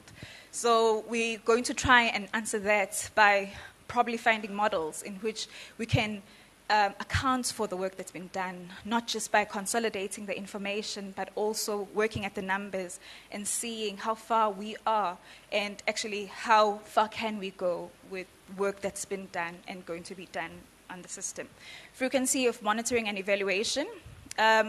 As the PMU within NAMC, we have an SLA with departments where we are supposed to give monthly reports on basically updates and what has been done. And then we have quarterly reports that we then provide with the EOC where we give them updates of what's been done and where all the social partners of which I've mentioned sit. I hope I've answered your question. Thank you so much. Over to you, ma'am. Thank you, Mookgophong. And I want to declare I'm not an agricultural economist. I want to sell myself as a development practitioner and an M&E specialist. So yesterday there was an agricultural economist that was saying that they are being guided by trends. For me, I'm being guided by the question of so what? And yesterday there was quite a few issues mentioned, and I made note of it. We are working in silos, there's a lack of communication. We are all in different vehicles wanting to reach the same destination. There's the scattering of seeds, and I want to bring in a new concept. Sometimes we spray and pray. We spray development and we pray that it will find fertile ground in terms of sustainable development. So in terms of our intention of the RAAVC, we will have to, and already some of the elements are in place, we will have to have a model for the integrated monitoring and evaluation of the RAAVC interventions in the province. So if we look at already that the model that we are working on, it consists of 9 elements, 9 components with different elements, and I will not go into much detail. I don't think we've got the time and the energy for that. It could be a presentation on its own in a different forum. But I just want to quickly look at mention the components and just give indication in terms of where we are already and where we still need to do work. In terms of the first component of the 9, the strategic component, normally when you develop a M&E model or a M&E plan, you need to have a baseline in terms of what is it based on. And I think obviously our plan will be based on the RAAVC, the document that the plan that has been developed in 2021. And my request is, colleagues, please don't leave today without having a copy of the plan. I'm sure the printing is almost completed. That is our strategic component. That is what we need to then monitor and evaluate. In terms of the institutional component, we are looking here in terms of what is the objectives of the M&E? What are we going to look at when we M&E the RAAVC? And also very critical is the identification of the roles, the stakeholders and their roles, of which I think today and yesterday we made huge strides in terms of identification of the stakeholders and also getting a sense already the roles and the responsibilities that they will be fulfilling. Critical is also when we do this component, our communication strategy on the M&E. Who do we communicate to the implementation and the results of the implementation of RAAVC? I think today, there was a lot of inputs to say people actually wanted to see the farmers here. Colleagues, the farmers was not our target group for this particular summit. We wanted to get the basics right. But obviously when we start to then talk about the M&E of RAAVC, they will also be one of our focal points that we need to communicate on. Third component, the planning component, and I think I want to agree with my colleague from NAMAC, there we need to either you develop an M&E plan or an M&E framework that up front is very clear on what do you want to achieve when you actually M&E the plan. Operational components, there you need the warm bodies. And I think critical here is the placement of the warm bodies. It should be near the structures that are able to make decisions. So if they are near to the management and near to the office of the HOD and near to the office of the MEC, it will be very much easier to actually then implement the findings that we get through the M&E process. The fifth component that is very near and dear to my heart is data component. Before I stepped into the RAAVC terrain, I was responsible in the department for strategic planning and monitoring and evaluation. It's a component that is very much audited. And I learned through trial and error. And then I get sleepless nights when I see a report numerous reports on the same subject matter, but different data. And that indicates to me a red light to say something is not right. So when we look how we're going to monitor the RAAVC, we're going to utilize official data sources. You've got your statistics, your Stats SA, you've got other statistics. Yesterday, the first few presentations were very rich in terms of the data already in place, in terms of the implementation both on AMP and RAAVC. And those are the official data sets that we will be utilizing to report on the implementation. What we also need to look at is the utilization of technology. In our department, we've got a very competent GIS team. Already we are utilizing them to monitor progress at Majeje Citrus in terms of mapping of progress and also using drone technology. So I think it is the issue of those kind of data that we receive, it cannot lie. It cannot be manipulated. It is what it is. In terms of the analytical component, I'm most comfortable if you study the AMP and the RAAVC. They are very rich already in terms of indicators and targets. So it's just now for us to go back, and also in terms of the baselines, to go back to start now to monitor the performance in terms of the targets and reflect back on the baseline. There was a presentation from BFAP in terms of, I think the MEC also mentioned to say what is already on the ground and what is still to come within the production sector. Those are the type of information that we would relate back to our targets. Colleagues, the seventh component, and I'm always nearly finished, Mookgophong, is the reporting component. Again, very, very critical. Already the RAAVC, we've got our reporting system in place. On a quarterly basis, we report back through the economic cluster system, we report to cabinet progress. The benefit of that is that whatever challenges we then pick up in the implementation, it is right in the ambit of the professional people who's got the power to make decisions and also to assist us to unlock challenges. But I also want to add, in as much as we are reporting upwards, we must also be reporting downwards to say, farmers, in terms of, this is a program that is funded by government funding and private sector funding. We also need to then enable them to have a sense of the progress that we are making. The one but last evaluation component, and I think here comes the question of impact. The question, we are spending a lot of money on interventions. What is the impact? And I think we should just give ourselves some time. Impact occurs only around about 5 years after implementation, but we need to put building blocks in place at some stage then to determine the impact of both AMP and RAAVC. We can already do some diagnostic studies that will be a build-up towards having a full-scale 5-year impact analysis. The last component, the intervention. If we do all of these steps and we don't go back to the drawing board and do some self-reflection to say, RAAVC might not be exactly as we intended it to be when we developed it, started to develop it in 2017, signed in 2021, because we live in a changing environment.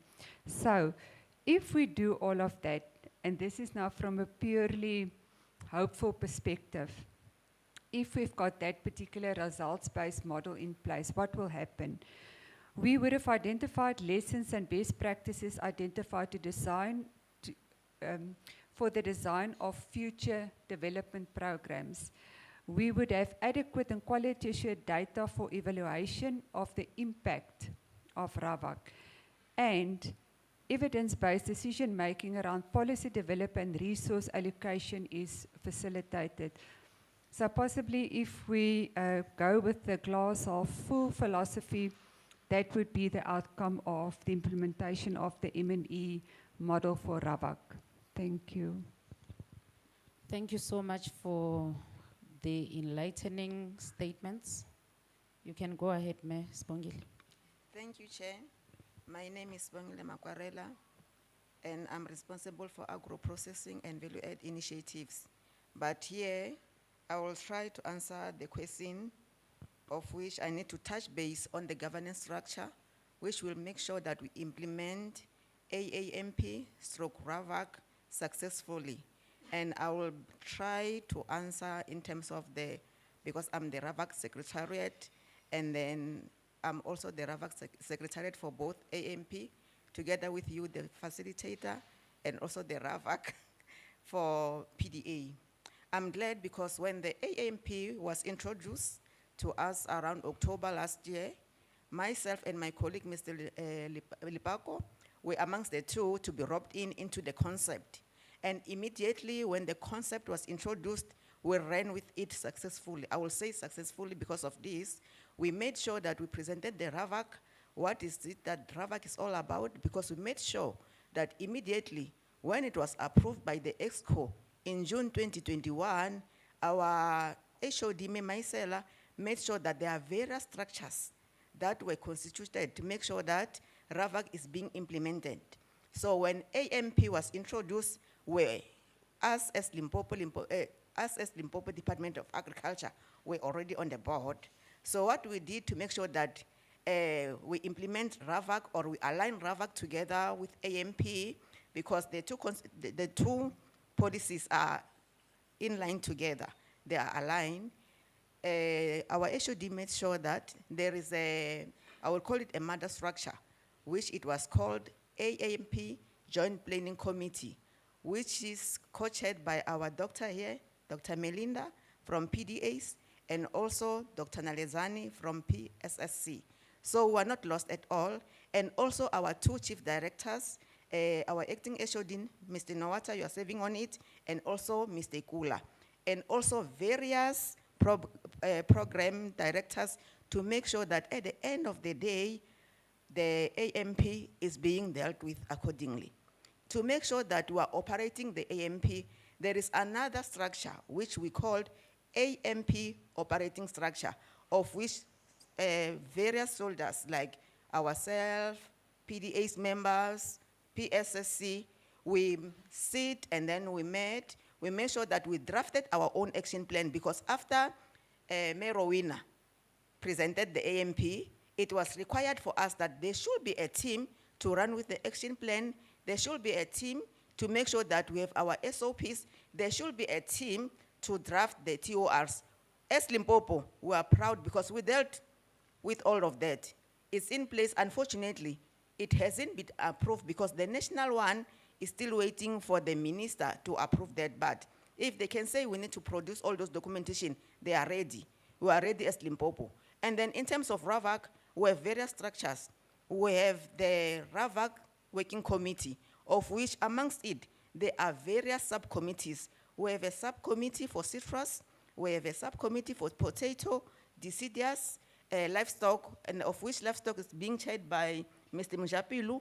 Potato is being chaired by Melihodi, together with Mr. Mkonto. Citrus is with Matiba, so that each and every commodity that we are competitive and comparative amongst, they are being dealt with. You can ask whatever. As Limpopo, we are on the right track, but at the end, we need to make sure that, because now NAMAC is going to be the implementing agent, we're not going to start afresh, because already there are projects that are called RAAVC project, of which us as Limpopo, we have identified. Instead of waiting for the AMP, TOR, action plan, and whatsoever to be approved, we are dealing with the AMP objectives successfully so, or we are trying to make sure that one of their objectives are being dealt with. So I think even though we are having weaknesses there and there, it's a child that needs to be baby steps. But I believe one way or another, we are on the right track. I thank you, Chair. Thank you so much. Yeah, I think we can agree, colleagues, or we are doing well as the province. We need to agree. I am personally happy with the progress that we're making. with regard to the implementation of the RAVAC and the AMP. Of course, we cannot prove it since we have not done a proper evaluation or analysis.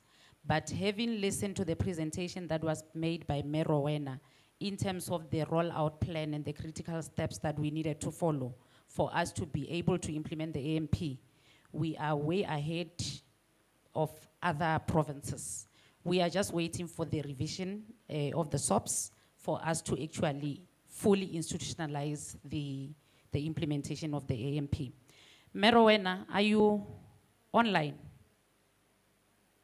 Yes, I am. I'm sorry about that previously. Okay. I'm not used to this Zoom thing. Oh, okay. Thank you so much. Just a quick one. You had a slide that spoke to the constitution of governance structures in relation to the AMP. What's going to happen to the existing ones? So, can you still see my slides? Yes, we can see the slide. Okay. So, currently, I think with the existing structures, I think, firstly, the DJOCs and PJOCs are structures that the PDAs and PSSCs has worked on previously with regard to PSC. So it's not something new. In some provinces, they still exist. I think in Limpopo, if I remember correctly, some of them needs to be revived. The issue of existing structures is that all national programs will reconstitute themselves to speak to these governance structures. So that's going to be an important step. Sorry. So NAP will have to reconstitute their terms of reference in terms of approval structures, the role of the national or the provincial coordinators, the same with NLAC, and to recognize the DJOCs and the PJOCs. So that is an important step and part of the rollout plan. So as you mentioned, unfortunately, nationally, we took longer to come to an agreement on these structures. If you can see my cursor over here on whether these structures will still exist. It is now there is now consensus around it. This now just has to get official approval from the DG. But to answer your question directly, all national programs will be reconstituted in the same way that a parallel process is going to look at the transfer of some functionalities between the PSSCs and PDAs. There will also be a need for reconstitution of certain structures, roles, and responsibilities. I hope I've answered your question, May. Yeah, just a follow-up. You, in the terms of reference for those structures, we have not made provision or recognized the existence of the district municipalities, the institutions of higher learning. I'm saying this because in terms of the presentations that were made from yesterday, there were issues around the funding model or joint integrated planning and support in terms of funding. Is there a way we can try and see how best we can include the district municipalities and the institutions of higher learning and even private partners when we are approving projects? Yes. So if you can still see my slide, the little block in purple, it will be very important even at the analytical level. So if Limpopo, and I think Limpopo is very exemplary there, if there is a selection of commodities that needs to be done in consultation, more especially with industry, and when I say industry, I mean in farmers. Sorry, Rowena, hold it a bit. Oh. Can we get the slide? Okay. Thank you. You can proceed. Oh, okay.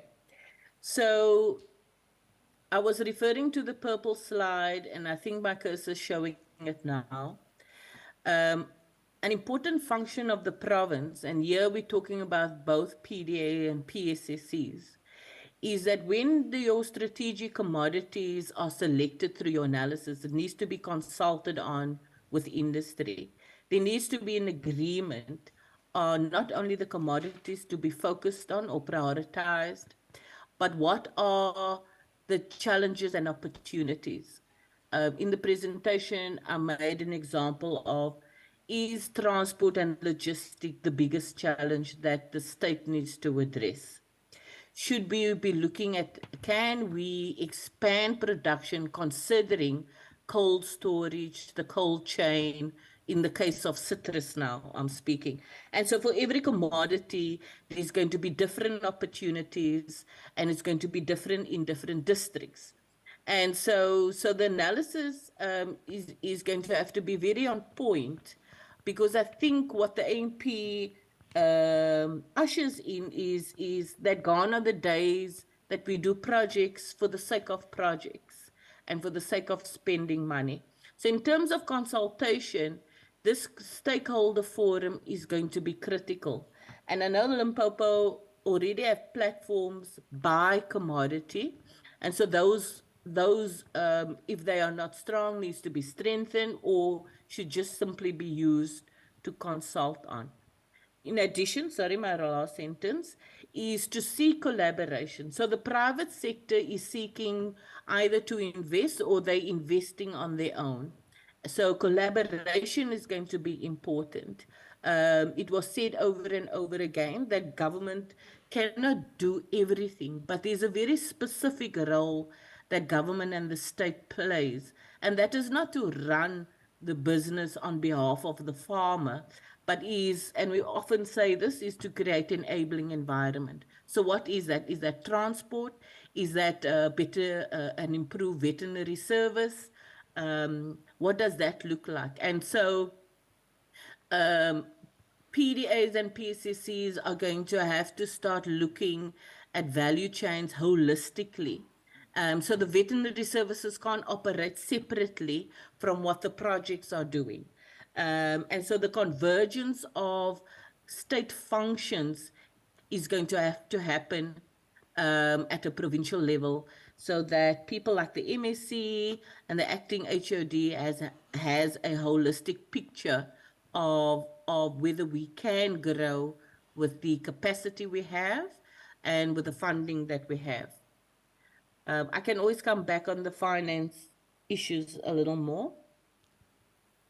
I think we can discuss that on another day. Thank you so much for providing clarity. Ladies and gentlemen, I welcome questions from the floor. Comments and questions? Any taker? Crystal clear. Oh, okay. Merowena, you did well with your presentation. Yeah. Let me also thank the panelists. Do you have any parting shot, Merowena? Yeah, I think I'm going to hinge on to what a few other people said, is that we're going to have to dig deep to make things work. I think the trajectory for South Africa doesn't look good. Our people are getting poorer and hungrier, and so we don't have time to waste. So let's move forward. Thank you so much. Namak? Thank you so much, facilitator. My parting comments are basically just to emphasize that the AAMP, I'm guessing together with RAAVC, provides basically a platform and opportunity as well for synergy for all of us and all other social partners to actually work together and achieve for things that are seen on the ground. Thank you very much. Mookgophong, permission to end on a light note. My daughter is finishing her studies final year of BSc Food Science. How did I survive? I kept on praying, I kept on hoping, and the philosophy of the glass half full, it depended on the nature of the crisis. Either the glass was full of red wine, Mr. Mashiane, or it was full of water, depending on the crisis. So I think my plea is, in terms of development as well, let's keep on praying, never give up hope, and there's always, the glass is always half full. Thank you. Thank you. My parting shot, I will say, instead of blaming one another, because this concept is still new, can we find one another? Meaning that when we are planning, as it was alluded, can we make sure that our district managers, LED managers, PDAs, whoever that is supposed to be here, can we make sure NAMAG as an implementing agent, that when you call your very first meeting, all the stakeholders are there, especially the Commodity Association, as Department of Agriculture, who are having various MOUs with the Commodity Association. But unfortunately, the MOU are drafted quite very well. But where's the implementation? The implementation is totally not there. We are running our parallel ways. So can we start afresh with the same common goal? That's my parting comments. I thank you. Thank you so much. Thank you so much. Before I step off the floor, we all know that we are affected by austerity measures. The budget keeps getting smaller and smaller, even for projects. So it is important for us to try and find ways to do more with the less that we have. If we are to identify projects as catalytic projects, mega projects, where we can all converge so that we can make maximum impact, let's do so. It's us sitting here that can actually make it happen. It is possible that we can make it. Thank you so much, colleagues.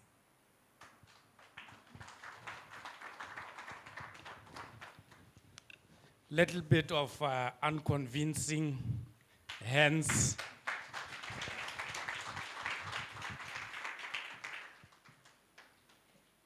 Now it's very encouraging. I think we almost at the end of the program.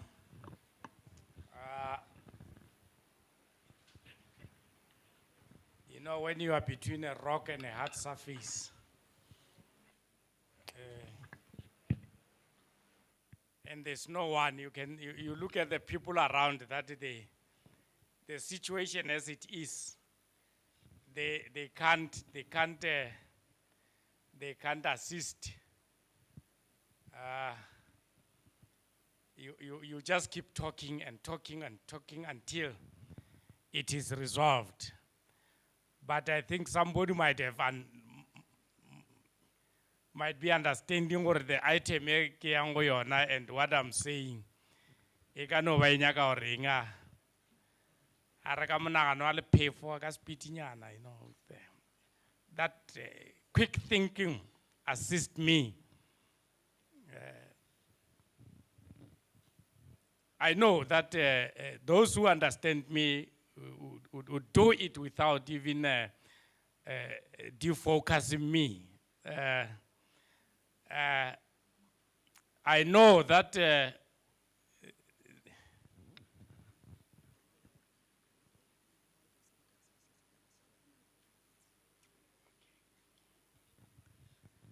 I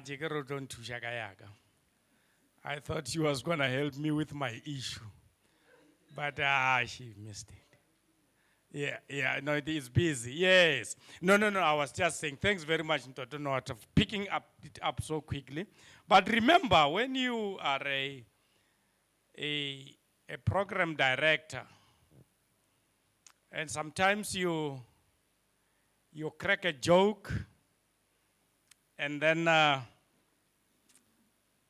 you think it's done, it's finished, it's sorted out. You go to town And when you're in town, you meet somebody who was in your session the previous day. Hey, now you see this guy putting all the things that he's having in his hand. And he starts laughing, and you say, hey, what's up? Hey, that joke we had yesterday. No, so now you understand that even in technology, there are people that we call laggards. They adopt the technology. At this point in time, there are those guys who are having the Nokia, 3310. That one here, Papa, because in the funerals there, when you're in the graveyard, it rings from an old woman and she can't switch it off and she's trying. You find that somebody's using it now and he's trying to make people understand that now he's into technology. So we call them laggards. And my problem is solved. And colleagues, let me thank you. We are doing so well, and we must tell the colleagues who have been invited and presented here that they should remain after this. There would be some token of appreciation, I believe, some tokens of appreciation that will be given to them. And I think the day was very full of interesting, thought-provoking topics and answers, issues that were raised, very tough, but handled, so professionally. And I want all of us to really give a thunderous round of applause for the colleagues, yourselves, and everybody else who participated in the day's session. Can we do that with some energy? With some enthusiasm. Can I see the enthusiasm?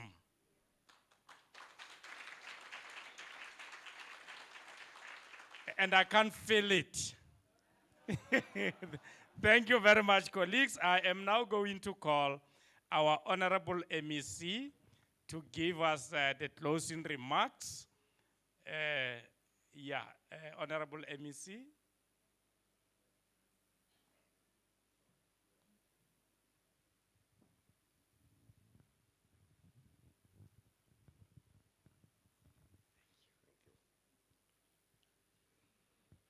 Thank you very much, Program Director Ntate Mashiane. Colleagues, I took the challenge of Mr. Mashiane. So, yesterday he came with one suit. So I told him that when we go back to the office, every day before I go to my office, I'll go to his office wearing a suit, and we'll have to check the labels because yes. So he's in trouble. When you see me seated there, I was panicking because when I went out, I was going to see whether my speech is completed. Because of technology, because they are printing, I already have it. At least this one, I've seen it.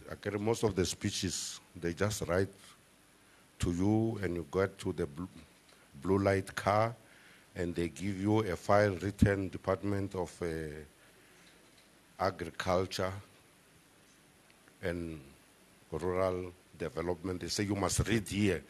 Don't go out of the text. So this is how they wrote the speech. Program Director,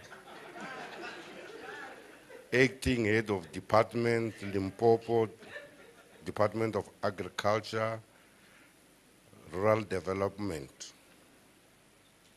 Mr. Jethro Nowata, CFO of the department, Marian Katingi, all chief directors of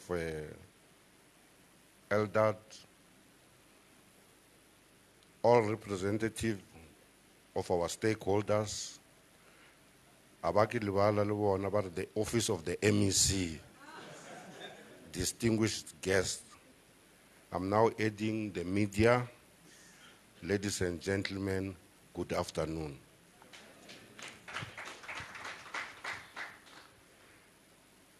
Let me take this opportunity to thank you for allowing me to stand before you as delegate of RAAVC Summit.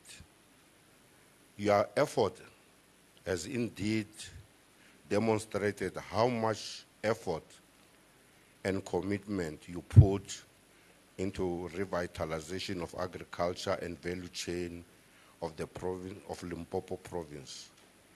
As the MEC of Limpopo Department of Agriculture and Rural Development, I want to restate that it's factual.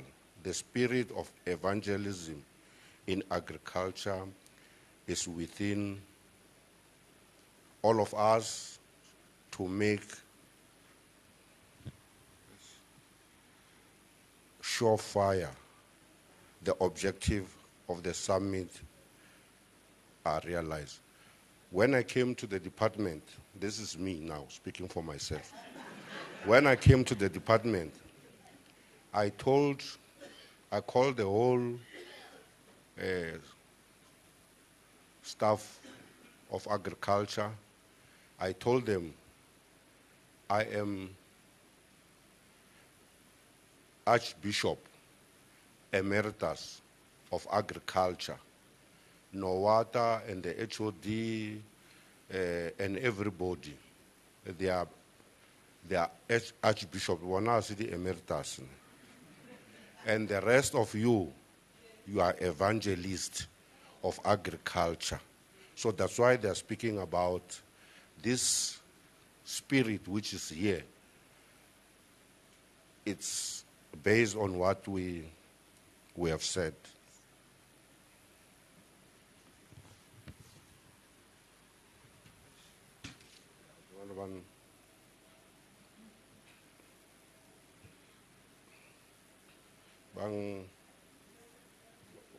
Okay.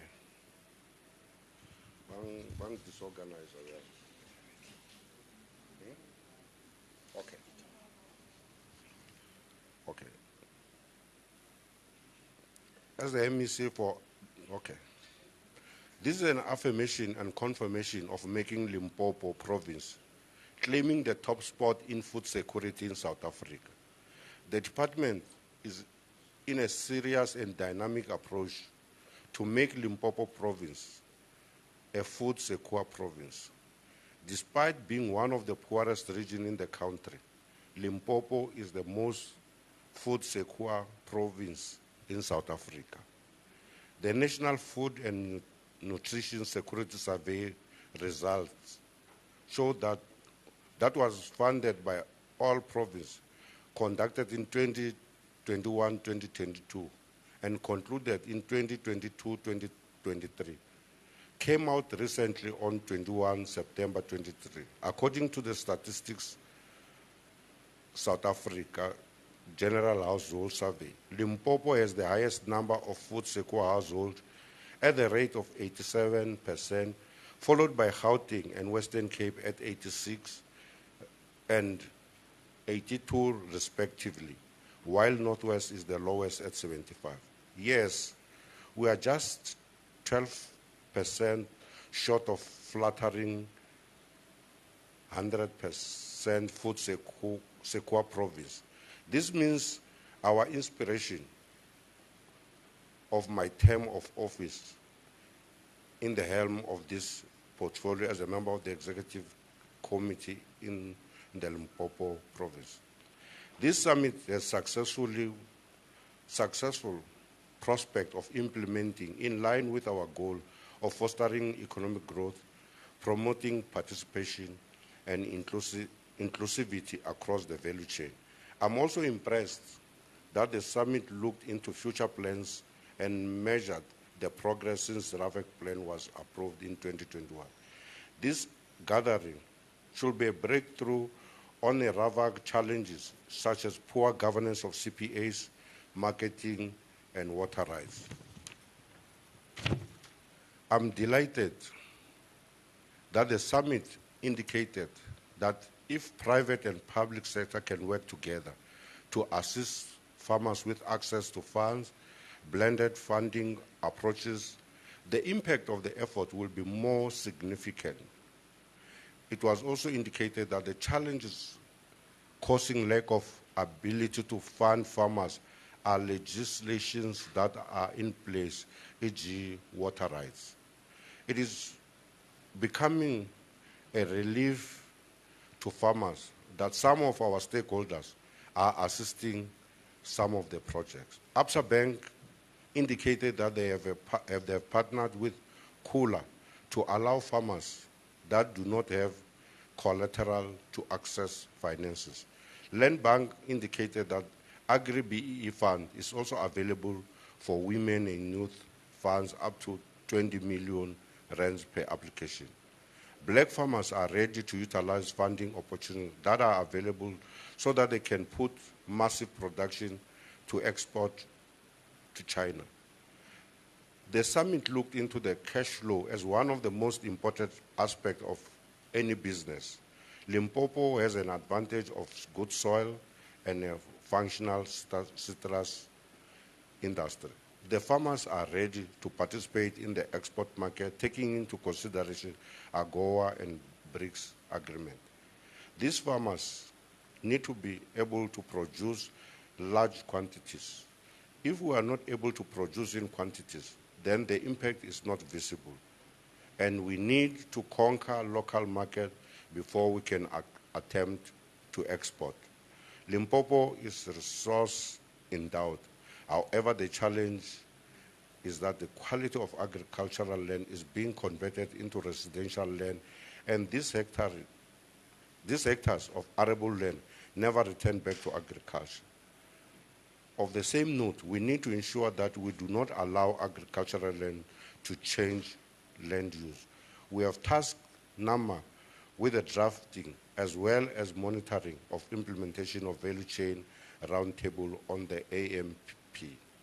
Through this summit, the department is now approaching a solution on the province to assess the competitive advantage of the districts to ensure proper planning.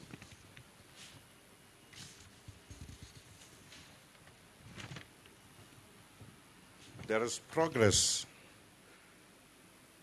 on project that the province is in the process of implementing. These are tomato processing plant, grains, and oil seeds, Majeja citrus, macadamina, potato cluster, Tafelkop Farmers Association, and cotton cluster. The decreasing of financial resource can be best resolved through partnership in RAAVC project. LRAD will develop a different approach to have a new mindset on impact catalysts. The CPAs also need to be managed within the confines of CPA Act. Besides other squabbles in the communities, partners such as one between Morebeng, CPA, and Westphalia are doing well. On the BDLR recommendation, we need to find a quick way to serve the business, that business. LRAD should find a partner to handle business while we sort out social issues. We also need to come up with a long-term plan to manage this business. There's also concern of Livubu Package House and the Agro-processing facility in Wembe, which are not functional. On this challenge, the government should look into an approach on how it should interfere to facilitate private sector sharing on the two facilities to help. There's this word, I can't read it. Operationalize and beneficiation of farmers. Through this summit, I want to emphasize that most of the challenges can be addressed if government and private sector can work together. On the AMP, we must put a lot of focus on inclusive growth. A lot of work is underway. An MOU has been signed with the province, with some of the projects identified. On this, there is 20% of Citrus Growers Association Grower Development Company that is now focusing on supporting black farmers. The producers with potential can be unscaled to 20 hectares each as a target that have been set for citrus in the country to be achieved.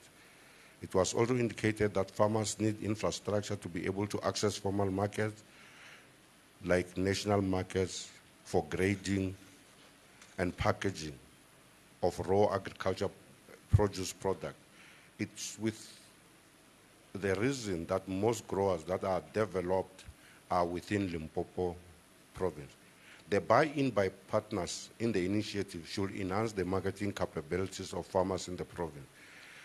This shall be through initiative to be put in place to support and promote sustainable transformation to help broaden participation in the industry. The department will look into the suggestion to form part of an establishment of an air access committee in the province game meat market and to form part of investment conference on agri-tourism.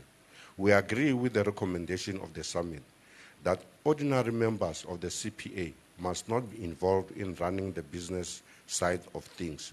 Members should be members, and those with business expertise should be involved in the business. CPAs need to govern their land and not be overly reliant on government intervention. We need to fund farmers and remind them to give back in the form of taxes. We need to support farmers with infrastructure, e.g. grading roads to farms. We need a systematic way of documenting the progress of RAAVC to see where we are doing well and where we are lacking. In our respective organization, let's have passion for farmer development. Thus, we look into a midterm RAAVC Summit evaluation webinar. So, I want to thank you, all participants, and congratulate you for a success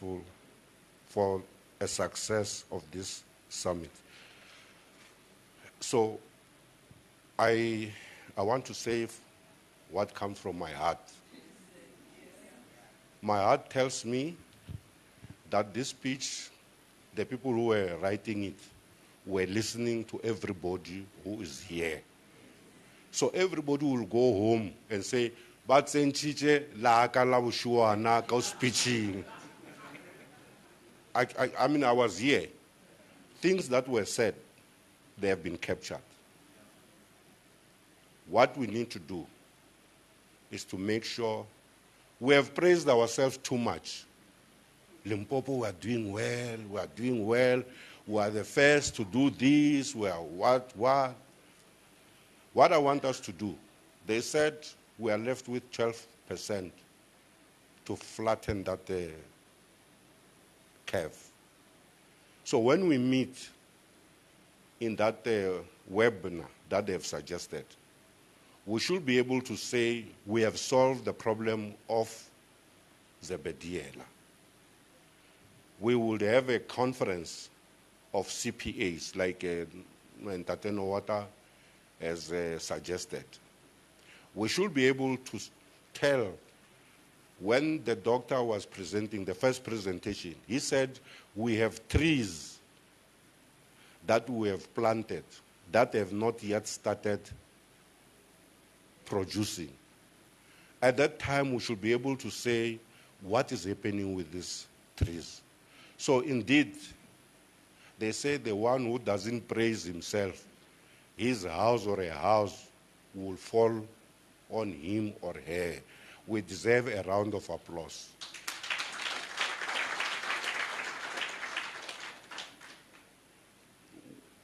Dr. Lapskakne said, this was not a conference of farmers, but they are here. It was a conference at a high level. We dealt with plans. We have signed, everything is signed off. Funds have been made available. Banks have been here. Commercial farmers are here. Everybody, universities have been here. Government is here, and civil society is here. What we need to do is to make Limpopo a shining province. That curve which showed Western Cape on top there, I think we must make sure that we reduce the distance and make sure that Limpopo is a place of agriculture. My part, another conference. Enjoy yourself. As farmers, you know, we are not going to rest because this is the time for us to work. And with this climate change, we have to improvise. You know, my wife has planted pepper Jew. She told me that in Polokwane yesterday, it has destroyed the 7-hectare pepper Jew. So I get and these are the challenges. These are the challenges that as farmers we are facing. So we need to be hard at work, make sure that the nation eats like we did during COVID-19. We are the ones who are in the forefront. Enjoy your festive season and have a prosperous new year. Thank you very much. Thank you. You are very much relevant. This lady is relevant. She's standing, she's giving a standing ovation. That's why Land Bank is successful in the province. Thanks very much, and what a wonderful speech, and speaking from the heart, really very much encouraging. And there's a challenge that I don't know what I get travel. But being a strategist, already I have developed a strategy. I'm going to go to one of the best shops, and I'm going to tell them that my unique selling proposition in this whole presentation that I'm going to make is that they give me 5 suits every week, different labels and very tough labels, because the MEC is going to buy one of those suits, all of them.